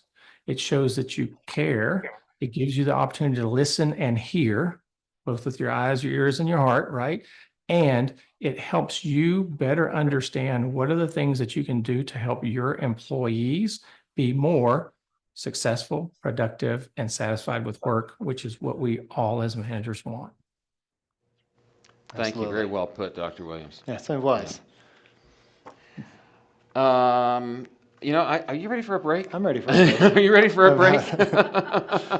We've been doing this for a while now, so Yes. we are going to take 15 or a 10-minute break. 10-minute break. 10-minute break. Don't sorry. oversell it. Yes. Before our next speaker, but while we're doing that, we have another chance to interact together. So we're going to put a question up on the screen. You can either use the QR code again or answer directly in chat. But the question is, what is one takeaway so far from an afternoon of hope? So we have 10 minutes. Please be back in your seats so we can look at Dr. Jody Jacobson's second video. Thank you, everybody. Dr. Judy Davidson. I think Judy Davidson. Wow, I Yes. am all over the place. You're today. mixing up I some really names am. there. Yeah. We Dr. do need a Judy break. Davidson, yes. 10 minutes.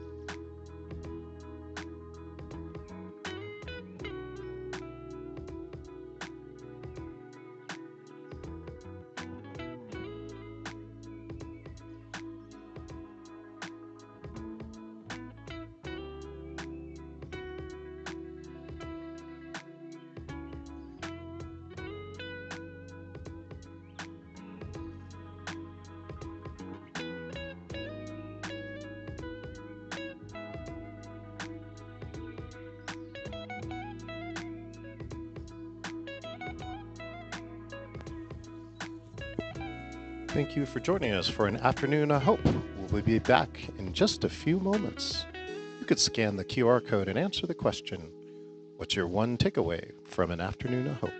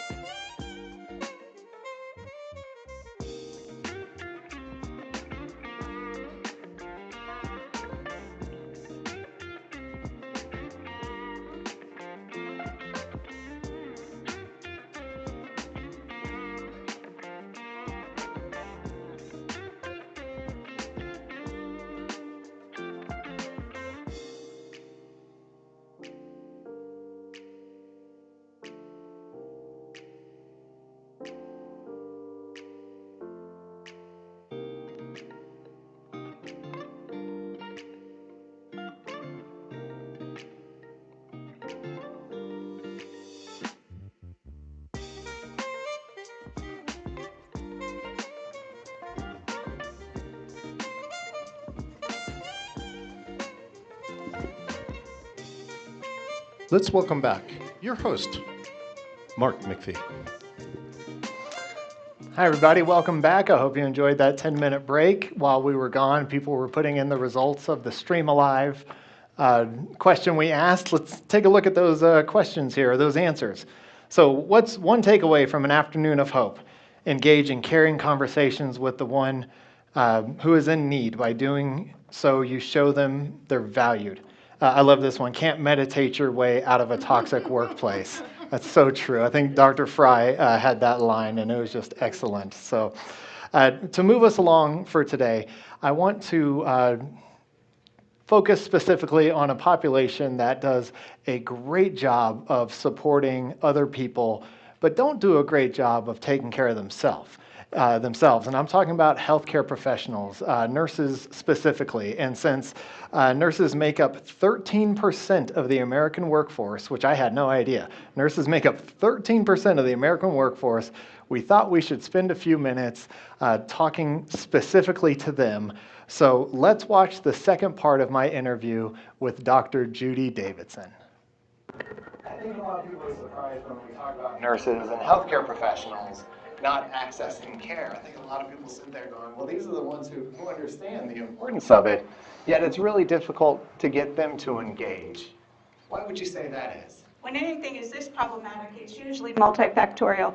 But one of the big issues we're addressing right now is the questions that we have to ask as licensed healthcare professionals to get our licenses, to get credentialed in a healthcare system, and then the questions that are asked upon hiring. The questions on licensure, the questions on hiring, the questions on credentialing, they were all designed with good intentions to protect the public.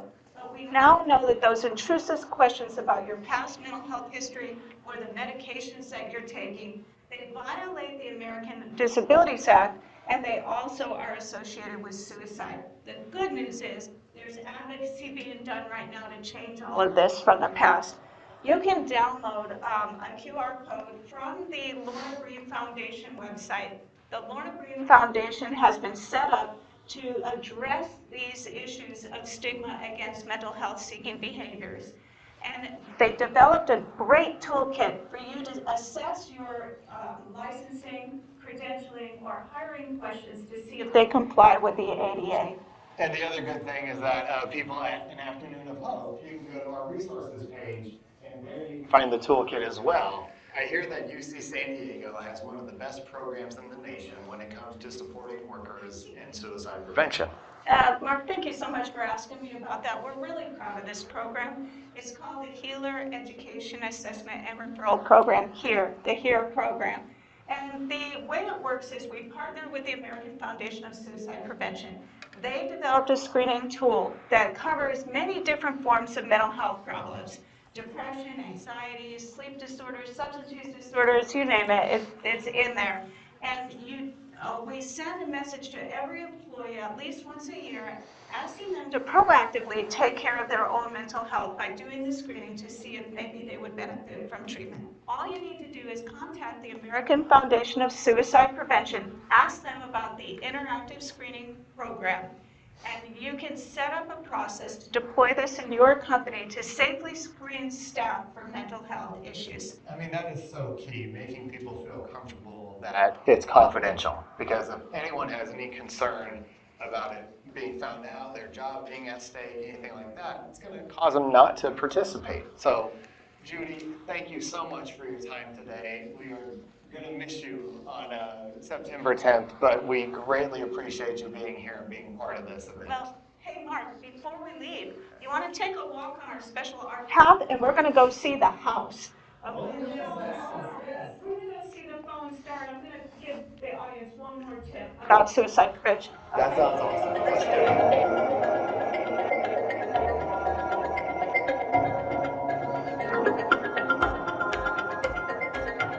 So, Judy, this is a pretty impressive snake. Where are we? What are we doing? Well, the snake is part of our special Stewart collection. It's a collection of outdoor art. But what I really wanted you to see is that house off to the distance. So that house was designed by an artist who came to the United States and then felt so unsettled after moving away from his hometown, isolated, alone, disconnected, right, and a little off kilter. Everything felt just not quite right, like falling off the edge of a cliff. And that's what that house represents. Well, in America today, we have an epidemic of loneliness, and loneliness is one of the risk factors for suicide. So each of us has the opportunity to break through that. We can change. We can get rid of the epidemic of loneliness by taking action both at work and at home. So at work, do you meet the new people on your team? Reach out to them and invite them for coffee, invite them for lunch, make sure that they're socially enculturated into your workforce. Does the organization itself have ways to keep people connected? Then at home, do you meet your new neighbors? down the hall or in the next house. So each of us has an individual opportunity to bust that epidemic of loneliness and that risk factor for suicide.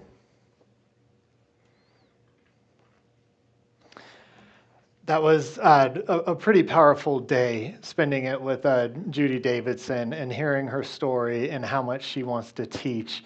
And the last lesson she gave us around loneliness is so timely. It is an epidemic that has been going on for years, way before the pandemic was ever around.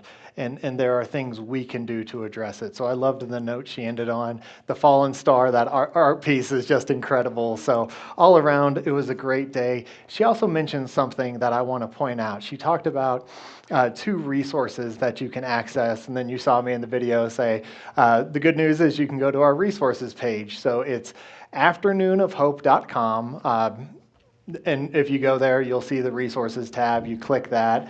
The resources that have been discussed today are there, but there's also original content. For example, Sally Spencer Thomas is an international expert on suicide prevention who couldn't be here today, but she recorded a video for us specifically for an Afternoon of Hope, focused on helping working parents who might be concerned about their children and possibly having suicidal thoughts and ideation, and how do you support them.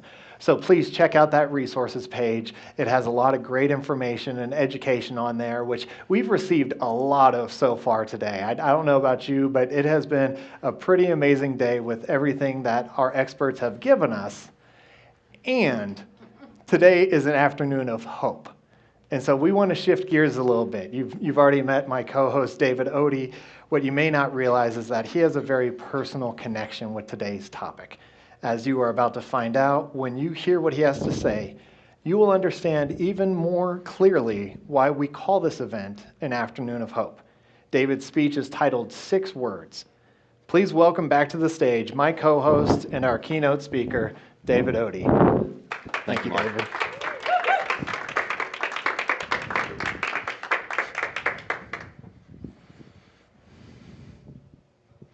You've heard this afternoon from mental health professionals, from other medical professionals, from researchers.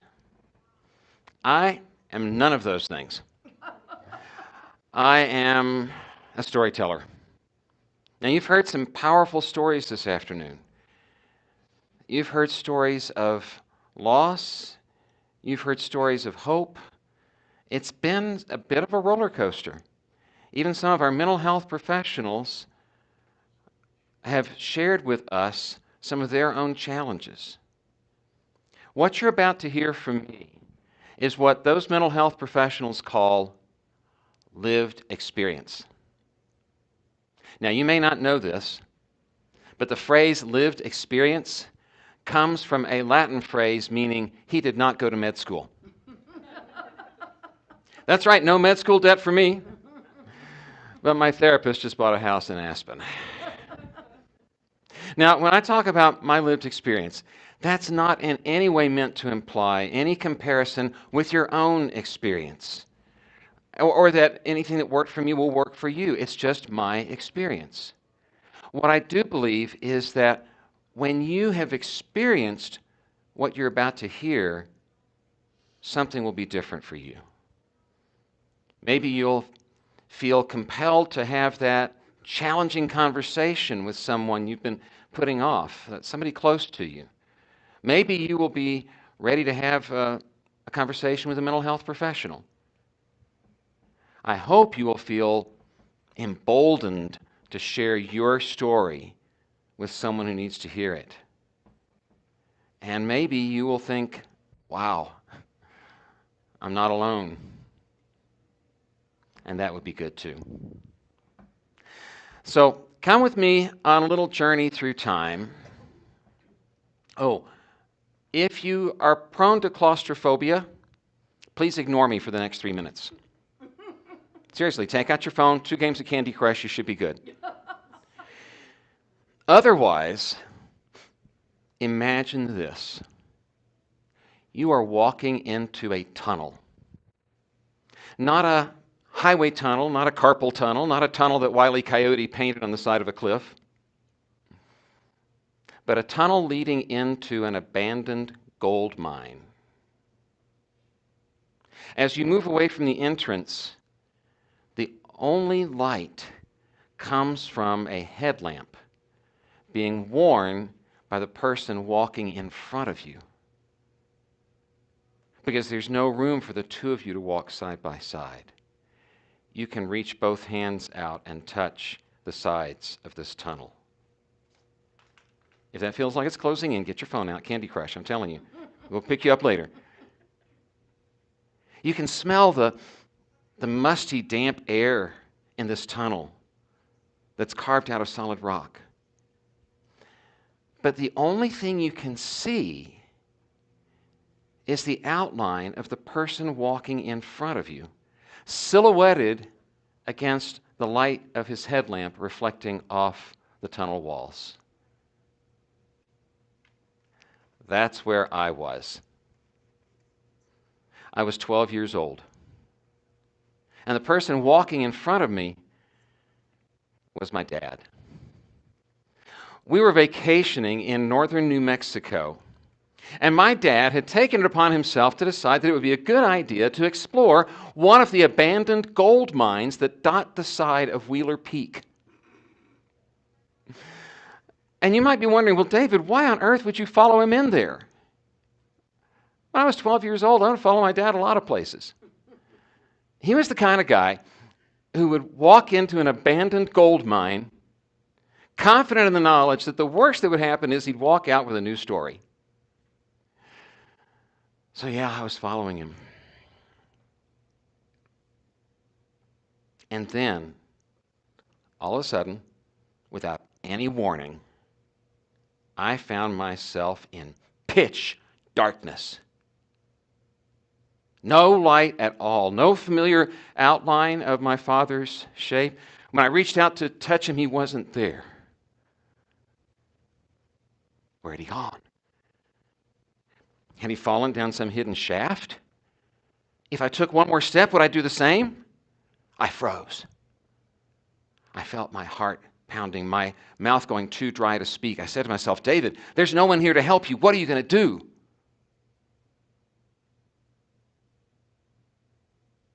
I was paralyzed.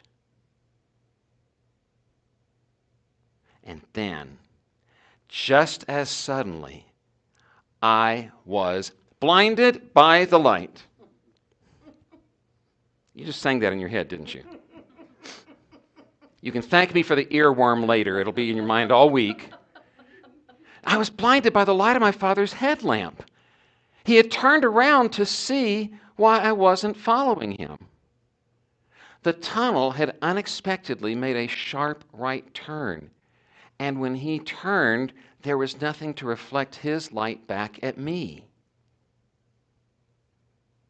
To this day, I have never experienced such utter physical darkness. My dad looked at me and said, "Why weren't you following me?" And I said, "You disappeared. You never told me that was a dad superpower."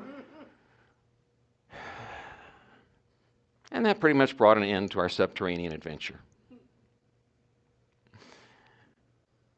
Can you imagine not being able to take another step and not knowing where to turn? Feeling alone and powerless and paralyzed? Have you ever disappeared into the darkness?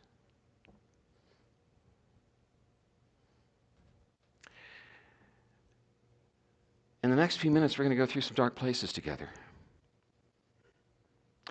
I can't promise you that you'll find gold at the end of our journey. My dad and I didn't find it either. But I can promise you this: you won't be alone. When we come to those unexpected dark corners, we'll navigate them together. And at the end,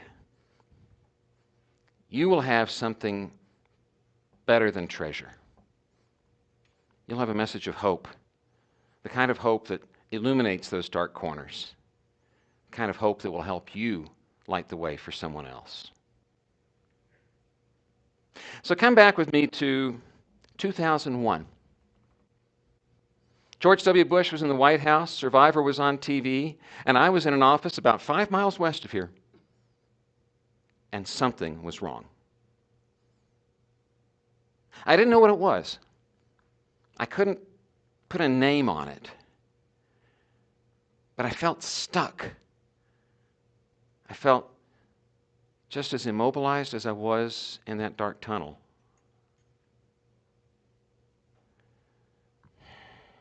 More than stuck, though, I felt like a failure. I felt like I was a failure as an engineer, as a husband, as a father. I remember saying to myself, David, what value do you offer anyone? To this day, I have never experienced such utter psychological darkness. I was back in that mind tunnel, except that I had 2 things going for me. One was a telephone, and the other was the knowledge that I could ask for help. And I feel very fortunate for having grown up in a family where it's okay to ask for help. And I realize that's not true for everyone, especially us guys. When you picture a guy picking up the phone to ask for something, it's probably what? Pizza. Pizza. That's what I was going to say. Power tools. We'll go with pizza. I mean, let's face it, for most guys, asking for help is right down there with asking for directions. Is it any wonder GPS was built on the work of a woman mathematician? There you go, ladies. One more century of pointing men in the right direction. But back to 2001. It was February. I remember clearly the day I was staring at that telephone, and I finally decided to pick it up. And I called the number for Arapahoe Douglas Mental Health, my county mental health agency. And not long after that, I found myself in the office of a therapist named Randy. And not long after that, I found myself in the office of a psychiatrist. And then I had my diagnosis: major depressive disorder. Disorder. In simpler terms, depression. Now, would you believe that there are people, probably not in this room, but you will encounter them, people who think that depression is not real? They put it in the same category as ghosts, UFOs, and honest roofers. Well, I'm here to tell you there are things in this life that are real and verifiable and true, whether you believe it or not. Vaccines save lives. The world is round. The Colorado Rockies once played in a World Series. I know, hard to believe. And depression is real. Now, let me remind you that I am not a mental health professional. I am not here to diagnose, to offer treatment, to make any recommendations. I'm just telling you my experience. And my experience was a diagnosis of depression and a doctor who said, David, we're going to put you on a medication that will help you get to the point where you can be an active participant in your recovery. So my recovery from depression involved medication, counseling, cognitive behavioral therapy, prayer, journaling, and the loving support of my wife, Susan. And the last 3 of those were free. But you know, when I say I was depressed, that doesn't really begin to convey the depth, the poignancy of what I was going through. So I actually went back and took a look at one of my old journals from that period,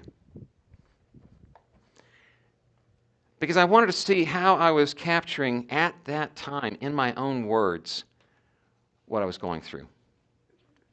Here is an unedited journal entry from June 2001, about 3 months into my recovery. I can't find the energy or motivation to do those things I've identified as needing to be done.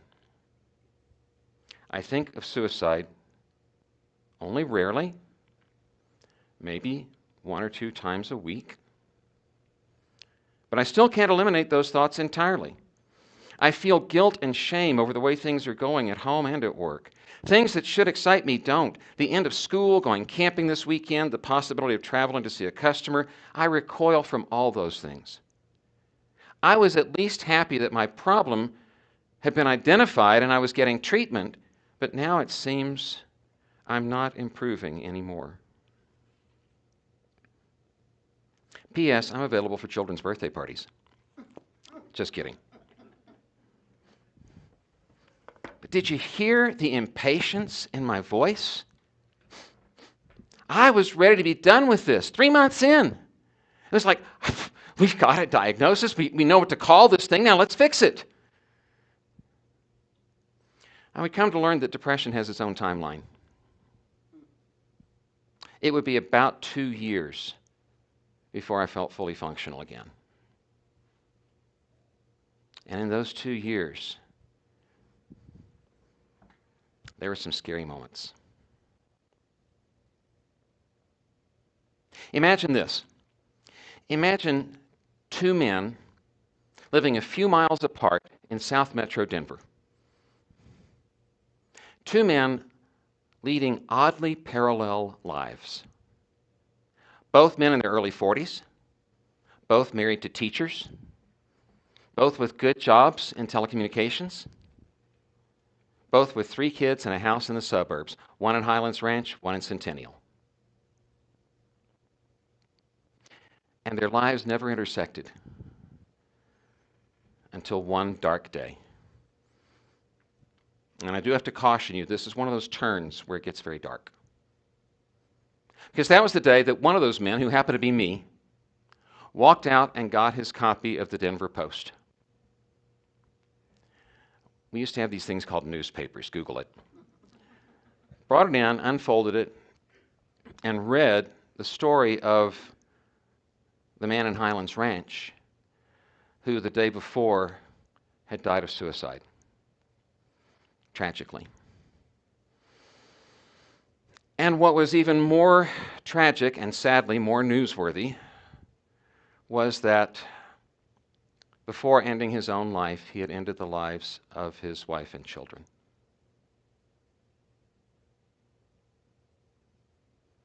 Have you ever read a news story that made you feel like you'd been kicked in the gut by a mule? I read that and it terrified me. It scared the you-know-what out of me because of one other little detail about those men's oddly parallel lives. You see, we'd both been in treatment for depression for about a month. Now, I've heard mental health professionals say that there is a very precarious time in recovery from severe depression that often happens about a month in, because someone who is severely depressed is likely to be experiencing what is sometimes clinically called suicidal ideation. Ideas of suicide. But when I say ideas, that's misleading. These are not fleeting notions. For some people, these ideas of suicide become all-consuming. You heard in my journal entry about my own thoughts of suicide, which fortunately did not get quite to that level, not to the level that is now referred to as living through suicidal intensity. Think about that phrase for a minute. Someone can be living through suicidal intensity. And yet, as you also heard in my journal entry, someone's experiencing severe depression can be paralyzed, unable to carry out almost any intentional action. In effect, you can have someone who is too depressed to kill themselves. Now, imagine what could happen if, in the course of recovery from depression, that paralysis begins to dissipate before that suicidal intensity releases its grip.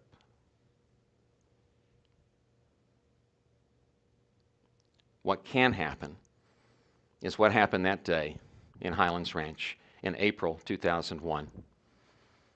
A suicide accompanied by additional loss of life. Now, I can't minimize that. That was a tragedy for that family, for their whole community, for everyone who knew them. But I can tell you, it was not the end of the story, because of one more little detail I read about in the Denver Post. And that was the mention of a small caliber rifle. Did you know that in the United States, 3 out of every 5 gun deaths are suicides?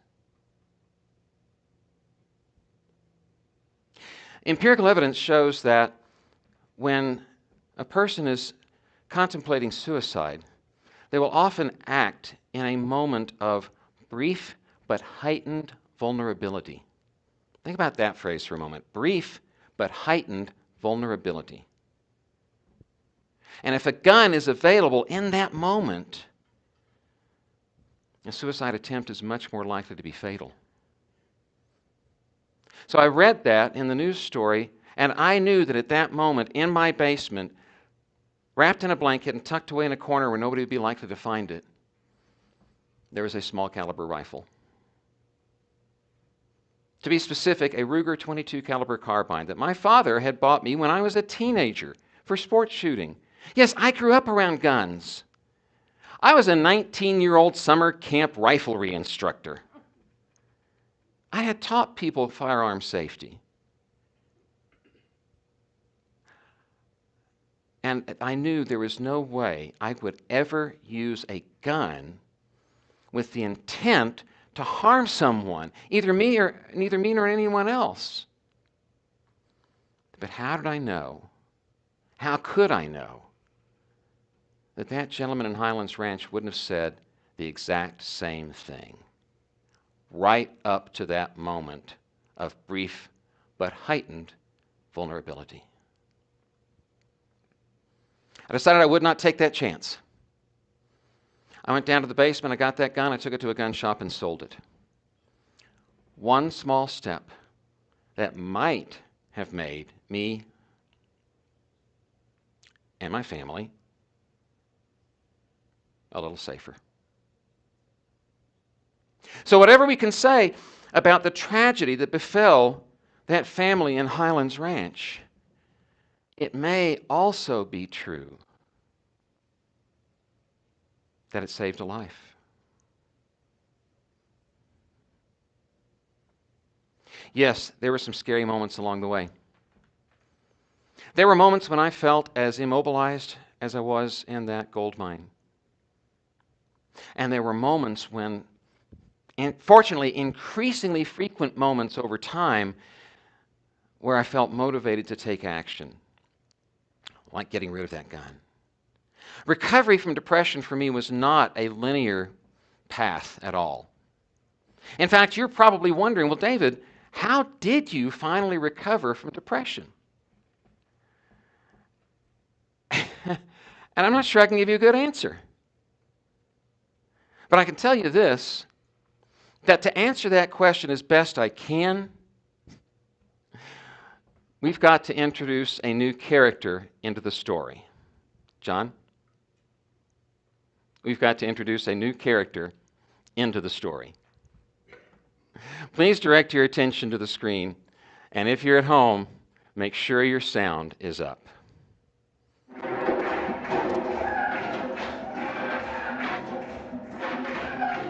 John, can you see it in here?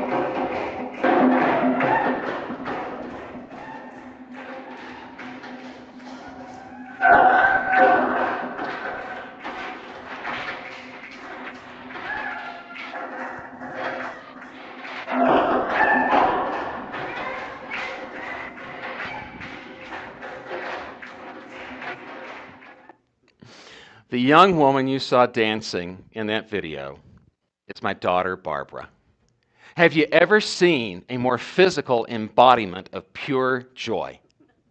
I just love watching Barbara dance. I shot that video when my wife Susan and I visited her in Montana a few years ago. She took us to experience her favorite Saturday morning activity, which was something called Afrofusion dance. Every week they would meet and they had the live drummers and they would learn new dance moves and do those combinations for each other. And right there, you just heard three things about Montana you didn't expect to hear, right? Dance moves, live drummers, and something called Afrofusion. I love watching Barbara dance. It just lights up my soul. She has such a bright light to offer. And there was a time when that light flickered.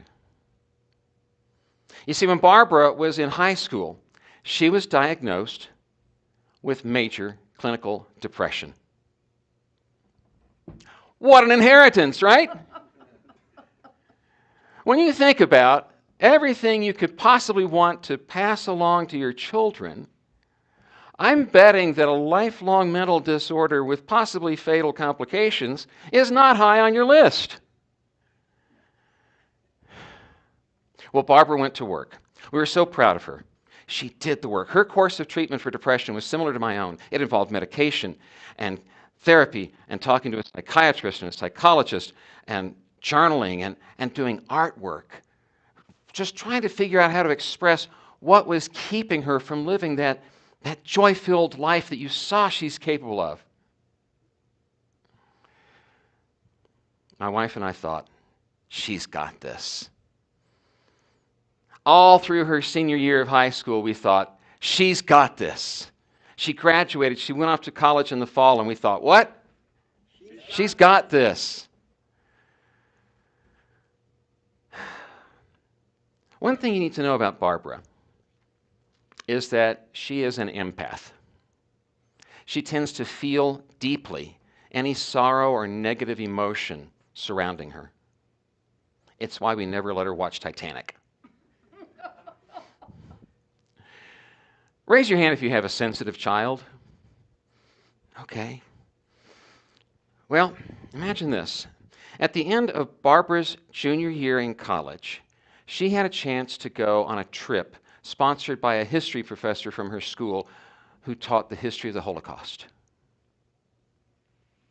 Imagine your sensitive child going to a little town in France and reading about the Nazi atrocities that took place there.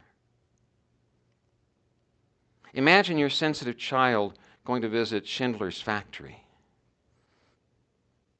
Imagine your sensitive child going on to visit sites of concentration camps. And then, just to throw in another wrinkle, imagine that your sensitive child was unable to pre-fill enough of her prescriptions to get her through the entire trip. We didn't know it at the time. We thought she was doing well. She came home that summer after the trip.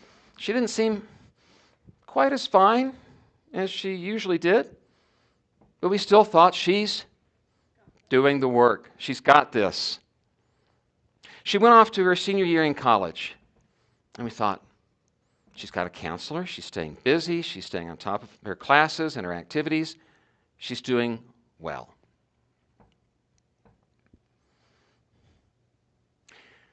On the Saturday of Halloween weekend, November 2nd, 2013,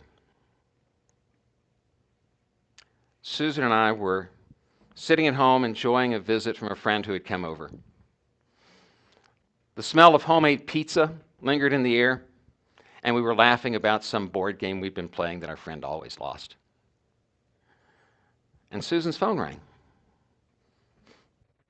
She looked at it. She said, "Oh, it's Barbara calling. Hi, sweetie."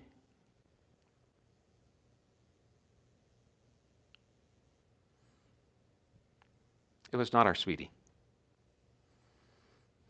A male voice on the other end said, "Reverend Odie," my wife is a minister now. "Reverend Odie, this is Barbara's friend Willard. I'm with her at the emergency room. She swallowed some pills. They're pumping her stomach. I think I got her here in time. I think she'll be okay."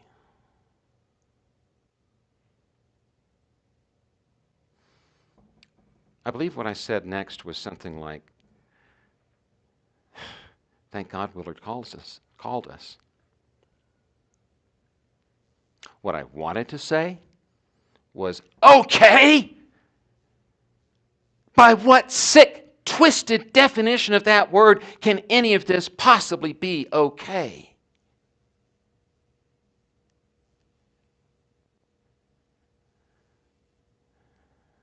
That was Saturday night. Sunday morning, 11 o'clock, time for church. And my minister wife stands in front of her congregation at Grace United Methodist Church in Billings, Montana, and she led worship. She preached a sermon. She did her best to make a joyful noise to the Lord, as the psalmist says. And at the end of that service, she stood in front of her congregation, and I stood next to her, while she explained to these people who had known our bubbly, lively, outgoing middle daughter all through her high school years that she had tried to end her life.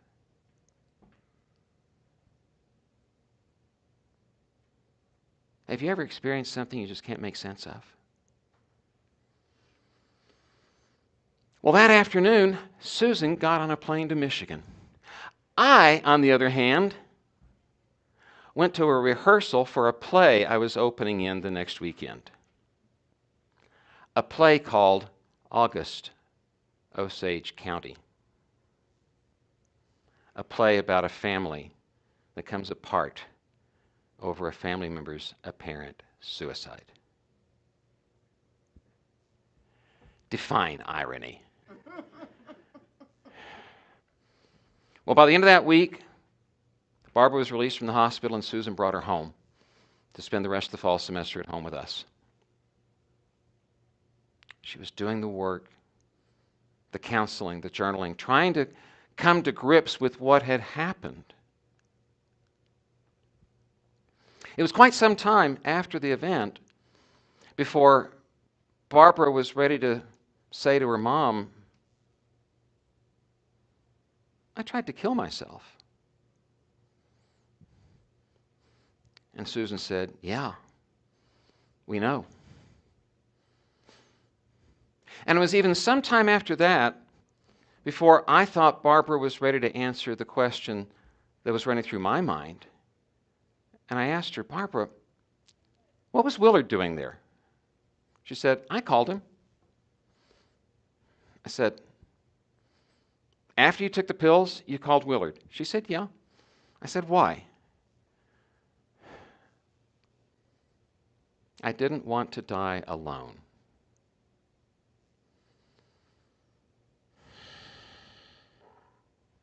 Six words. Those 6 words are forever engraved upon my heart. Imagine, here is someone experiencing a kind of pain, a level of emptiness that that I couldn't even fathom. And the people person in her couldn't stand the thought of being alone. But That's not where Barbara's story ends either. She did stay home with us the rest of that fall semester, doing the work, keeping up with her schoolwork as best she could. And come January, with some misgivings, we let her return to college for the spring semester. Oh, we had a plan in place. She had to stay in frequent contact with us. She had to continue talking to her counselor on campus.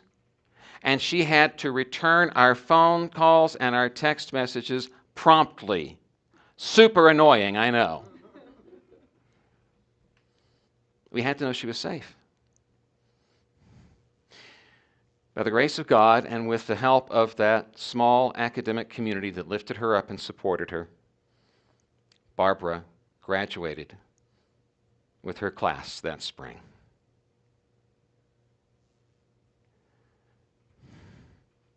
Barbara's doing well now. You saw her dancing 5 years later. You know what Barbara's favorite expression is? You've heard it before. She's the one I got it from. She says, Dad, you've got to feel all the feels. Feel all the feels. The ones that lift you up and the ones that threaten to pull you down. Because if you can't feel them, if you become numb to them, how can you be truly alive? As alive as that young woman you saw dancing. As alive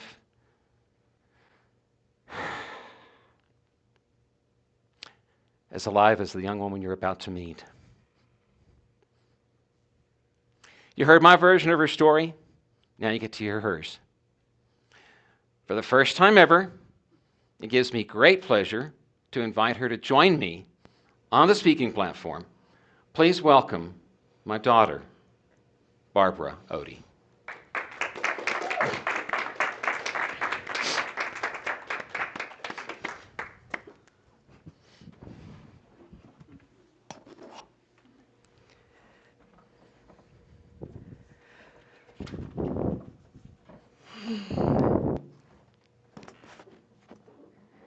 Take a deep breath, everyone. You know the story has a good ending. This November, it will have been 11 years since my near-fatal suicide attempt. It has taken me probably half of that time to get comfortable even calling it a suicide attempt. For a long time, I couldn't use those words to describe what had happened because I felt like it didn't accurately reflect what had happened. I was an RA in college, a resident advisor for 2.5 years. And in that position, I attended QPR gatekeeper training, which is a suicide prevention training. I did it twice. And in that training, I heard long lists, some of the things that we've heard here today, of signs to look out for. Depression, withdrawing into yourself, isolating. And at the time, I thought, well, those don't apply to me. Most people around me didn't know how much I was truly struggling with depression and anxiety. I was so good at masking it that my attempt came as a surprise to everyone who knew me. And one of my therapists later on said, Barbara, yours was one of the scary ones. No one saw it coming. In the days and the weeks prior to my attempt, I didn't show any outward signs. I didn't immediately start giving away my possessions. I didn't talk about a plan. I didn't, write letters to loved ones or immediately seem happier with an end in sight. Instead, I went through my daily routine. I went to class. I did my research for my senior thesis. I applied to PT schools. I went to my practicum. I met with friends. I did my RA duties. I stayed so busy, sun up to well past sundown, so that I would never have to stop and think about the anxiety, the constant barrage of voices that were telling me I was not good enough, that it didn't matter what I did, it would never be enough. And so I sat in this void, and no one saw how much I was struggling. No one saw how much I just needed to hear. You are worth more than your degree. You are worth it even if you don't go to PT school. Your life is more important than this list of your accomplishments. And so I sat in this void where a lack of emotion was more terrifying than the onslaught of all the emotions. A void where I felt like the life that I was living wasn't a life at all. And so on November 2nd, 2013, I tried to fill that void. It was not something that I had planned. It was not premeditated. In fact, I had gone through some of the mitigation strategies. I had turned over my antidepressants to my therapist. I had to check into the counseling center every day to get them. I had given my crafting scissors, my X-Acto blades, and my car keys over to my best friend, Emily. We had dumped my alcohol. I got rid of the lethal means. I lived in a very flat state, so there were no tall buildings. So that was like not even a thing that I had to consider. The only thing I had was my prescription beta blockers if my heart rate got too high. So no, it was not planned. There was not a note that I left behind. There was no concept of what would happen, how it would affect the people around me. There was just a void, an emptiness that I thought I could fill by swallowing a bottle of beta blockers. It turns out the void doesn't need to be filled. The void needs to be acknowledged. That's what this artwork is showing. Years later, I was talking to one of my therapists about my attempt, and she says, "Barbara, I notice you don't call it a suicide attempt. Why is that?" Because suicide is something that happened to other people, not to me. Because I had dissociated from my attempt. Because I could tell the story as if it happened to someone else. Or because doing so meant admitting to my own lethality, that I had tried to kill someone, me. Calling it a suicide attempt meant owning up to that lethality inside of me. And admitting that was so, and is so, antithetical to my role as an early childhood educator. I am a caregiver of these young, tiny humans who are the ultimate embodiment of life. And there was such a cognitive dissonance there, I couldn't reconcile it with who I knew myself to be. I couldn't own my story because I couldn't own up to that darkness inside of me. So why don't we talk about suicide? Because it requires us to face up to our own mortality, the uncertainty and the unknown, and to consider, even hypothetically, a world without you or me in it. And that's terrifying. And owning up to suicidal ideations, ideas, even without a plan, is even more terrifying because it means owning up to the fact that you want to kill someone. When I finally admitted my own suicidal ideations to my therapist in college, Jen, I remember distinctly seeing her eyes fill with tears. And she swallowed them down. She talked me through my safety plan. She put her own big feelings to the side so that she could validate mine without judgment or fear or shame. Jen faced the void with me. She did not shy away from the darkness. And eventually, after years of medication, therapy, EMDR, the loving support of my family and my friends, I learned not to be afraid of it either. It was years later, in my role as an early childhood educator, that I finally reached that point of acceptance, the duality of light and dark that exists in all of us.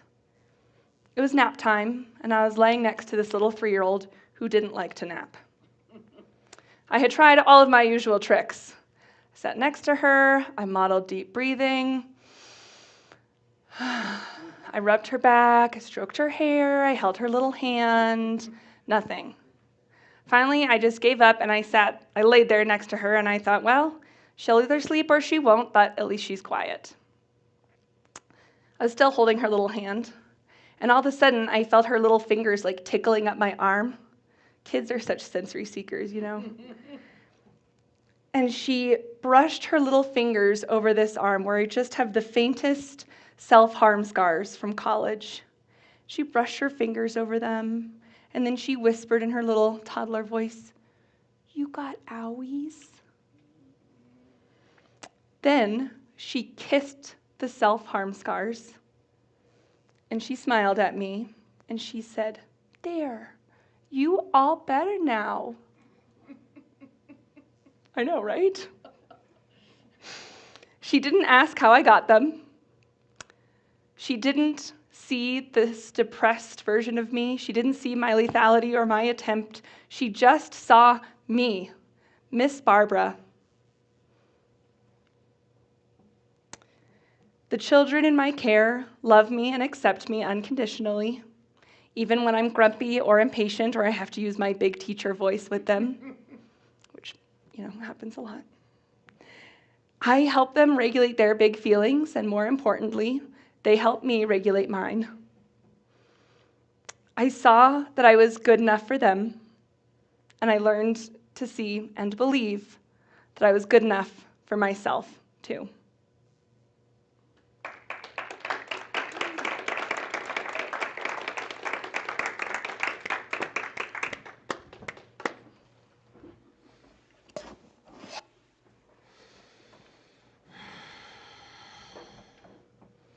Got to feel all the feels. Feeling some big feels. Feeling a lot of pride, a lot of love, and a lot of, as a speaker, envy over the connection you obviously had with this audience. And I had to come back because I never answered that question I posed earlier. How did you recover from depression? And I needed you to see how intertwined our stories are. After Barbara was doing better, I was having a conversation with Susan, and I remember saying, well, watching what Barbara is going through is holding up a mirror to my own experience. And that mirror is saying, David, you've been complacent. You need to get real about taking care of your mental health. And Susan said, you listen to that mirror more than you listen to me. Raise your hand if you think sometimes facing reality can be hard. Well, I was not facing reality. I hadn't been ever since a moment about 10 years earlier when I decided I was done with depression. Yeah, I thought of my recovery as a one and done, kind of like Devo. Google it. What Barbara helped me see is that my recovery will be a lifelong process. I'll have to continue monitoring my moods and my thought processes and my coping mechanisms, as I'm sure Barbara does, just as surely as a friend of mine has to monitor his blood sugar. It's a lifelong process.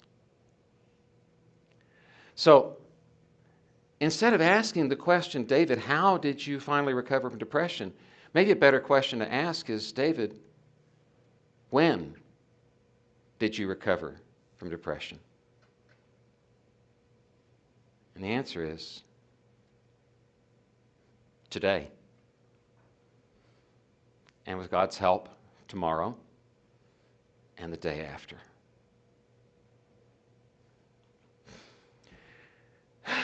Deep breath time again. It's been quite a day, speaking of days, right? I think it's time for a little check-in. Here's what I'd like you to do. I want you to find somebody nearby to talk to. If you're at home on Zoom, I hope there is someone nearby you can talk to because we're not going to do breakout rooms. If you're in a room, turn to someone nearby, even if it's someone you don't know. And what I would like you to do is turn to someone look at them and say, how are you really doing today? And your job is to listen closely enough to their answer to know whether maybe you need to continue that conversation after we're done in a few minutes. I'm going to give you 1 minute, that's 30 seconds each, for you to answer the question. Go.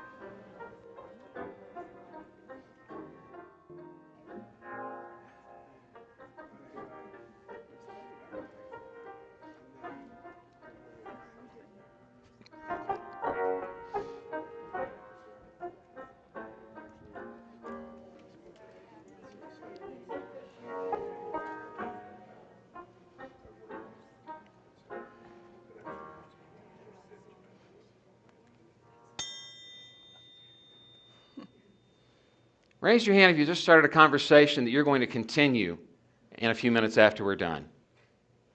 Oh, that's great. That is great. We've been feeling some big feels this afternoon, haven't we? Yeah, you've heard from mental health professionals. You've heard some stories of pain. You've heard stories of loss. You've heard stories of near loss.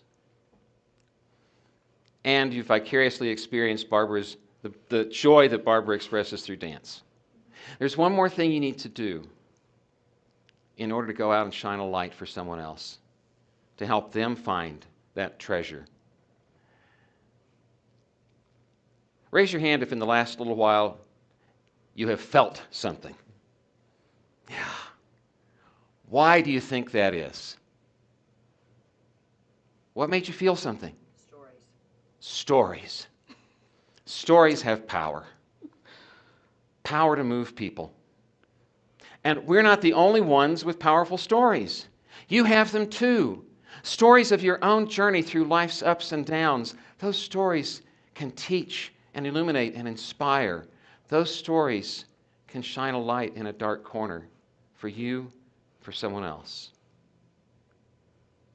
Will you be the one to share your story?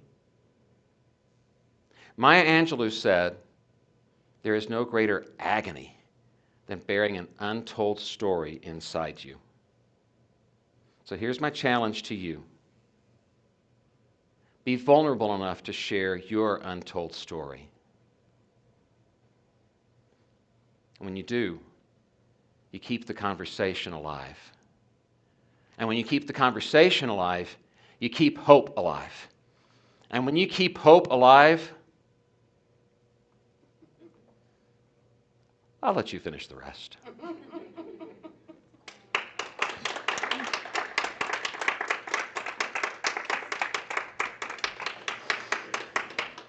Thank you. Is it okay if I give you Yeah, of course.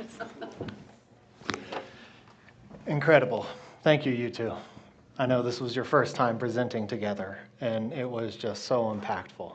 So thank you. This was a great way to end an afternoon of hope. If you bear with us, we have a couple more things we want to do. First off, we want to remind people about the resources available. The afternoonofhope.com resources page has everything we talked about today. 988 is available for people struggling. If you need to, if you don't know where else to call, Corporate Counseling Associates has a crisis line available for the next 7 days specifically for this event. That's 855-242-5061.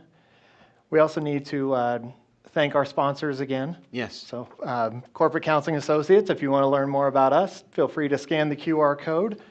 We also have a few other sponsors. Didn't know if you want to talk about them, or if you want me to. Well, why don't you? Okay. I've kind of had the stage for a few minutes. Two of our other sponsors, Centennial Peaks Hospital and Highlands Behavioral Health, have been instrumental in making today a success. And we have our first ever Unsung Hero Award, and she has no idea. We're about to call her up to say thank you. So, Alex, May, if you could come on up here real quick so we can say thank you to you. She has been instrumental in making today what it was.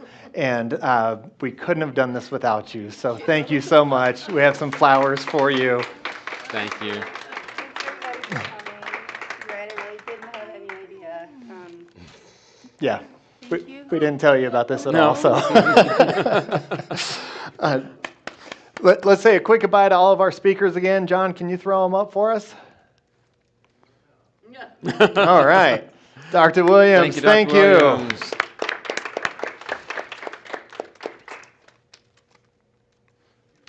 I guess just Dr. Williams, thanks. Just kidding.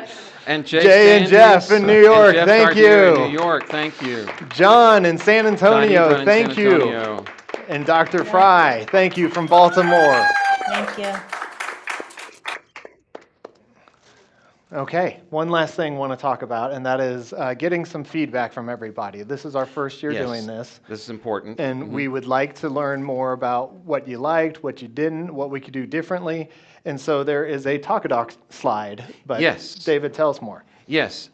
I hope that you will either point your camera one more time at this QR code, or if you are on Zoom, the link should be in chat. Now, please, this will take you just about a minute to complete this little survey for us, and it will be so helpful to us that we're going to give you something in return. You saw an example of Barbara's artwork that was part of her therapy in recovery from depression. Would you like to know more about her artwork? Okay, well, here is bonus content that you're not going to see anywhere else unless you complete this survey. And that is that when you complete the survey, you'll get a document with links in it to a video where Barbara is narrating a little slideshow of some of her artwork and explaining her techniques, explaining the whys and the hows of some of her artwork, and you can also download those images for free. So that'll be our free gift to you if you'll go ahead and complete this survey. So we're going to take a minute. We'll play the music again. We'll give you a chance to do that while it's fresh in your mind. Thank you, Alex.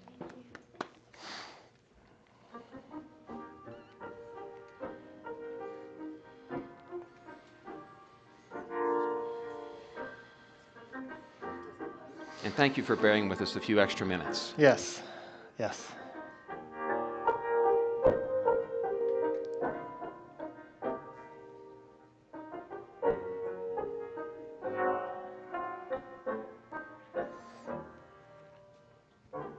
David and Mark, people are asking, where can they watch a recording of this special meeting? Great question.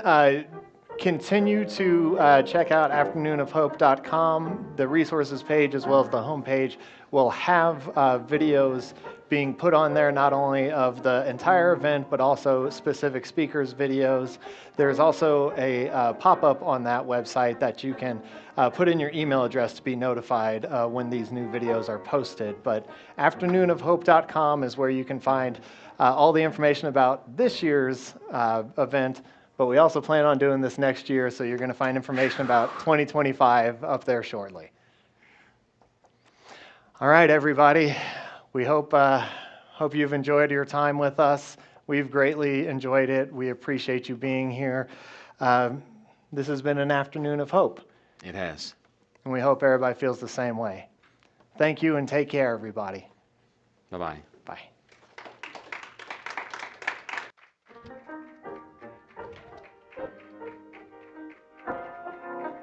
You've just watched an afternoon of hope, empowering conversations and saving lives. Thank you for joining us. Those who are on our live stream, we're going to end soon, and those who are on virtual, our host, Marty Dickinson, will have a conversation if you'd like to ask any questions to any of our speakers. Thank you again for joining us for an afternoon.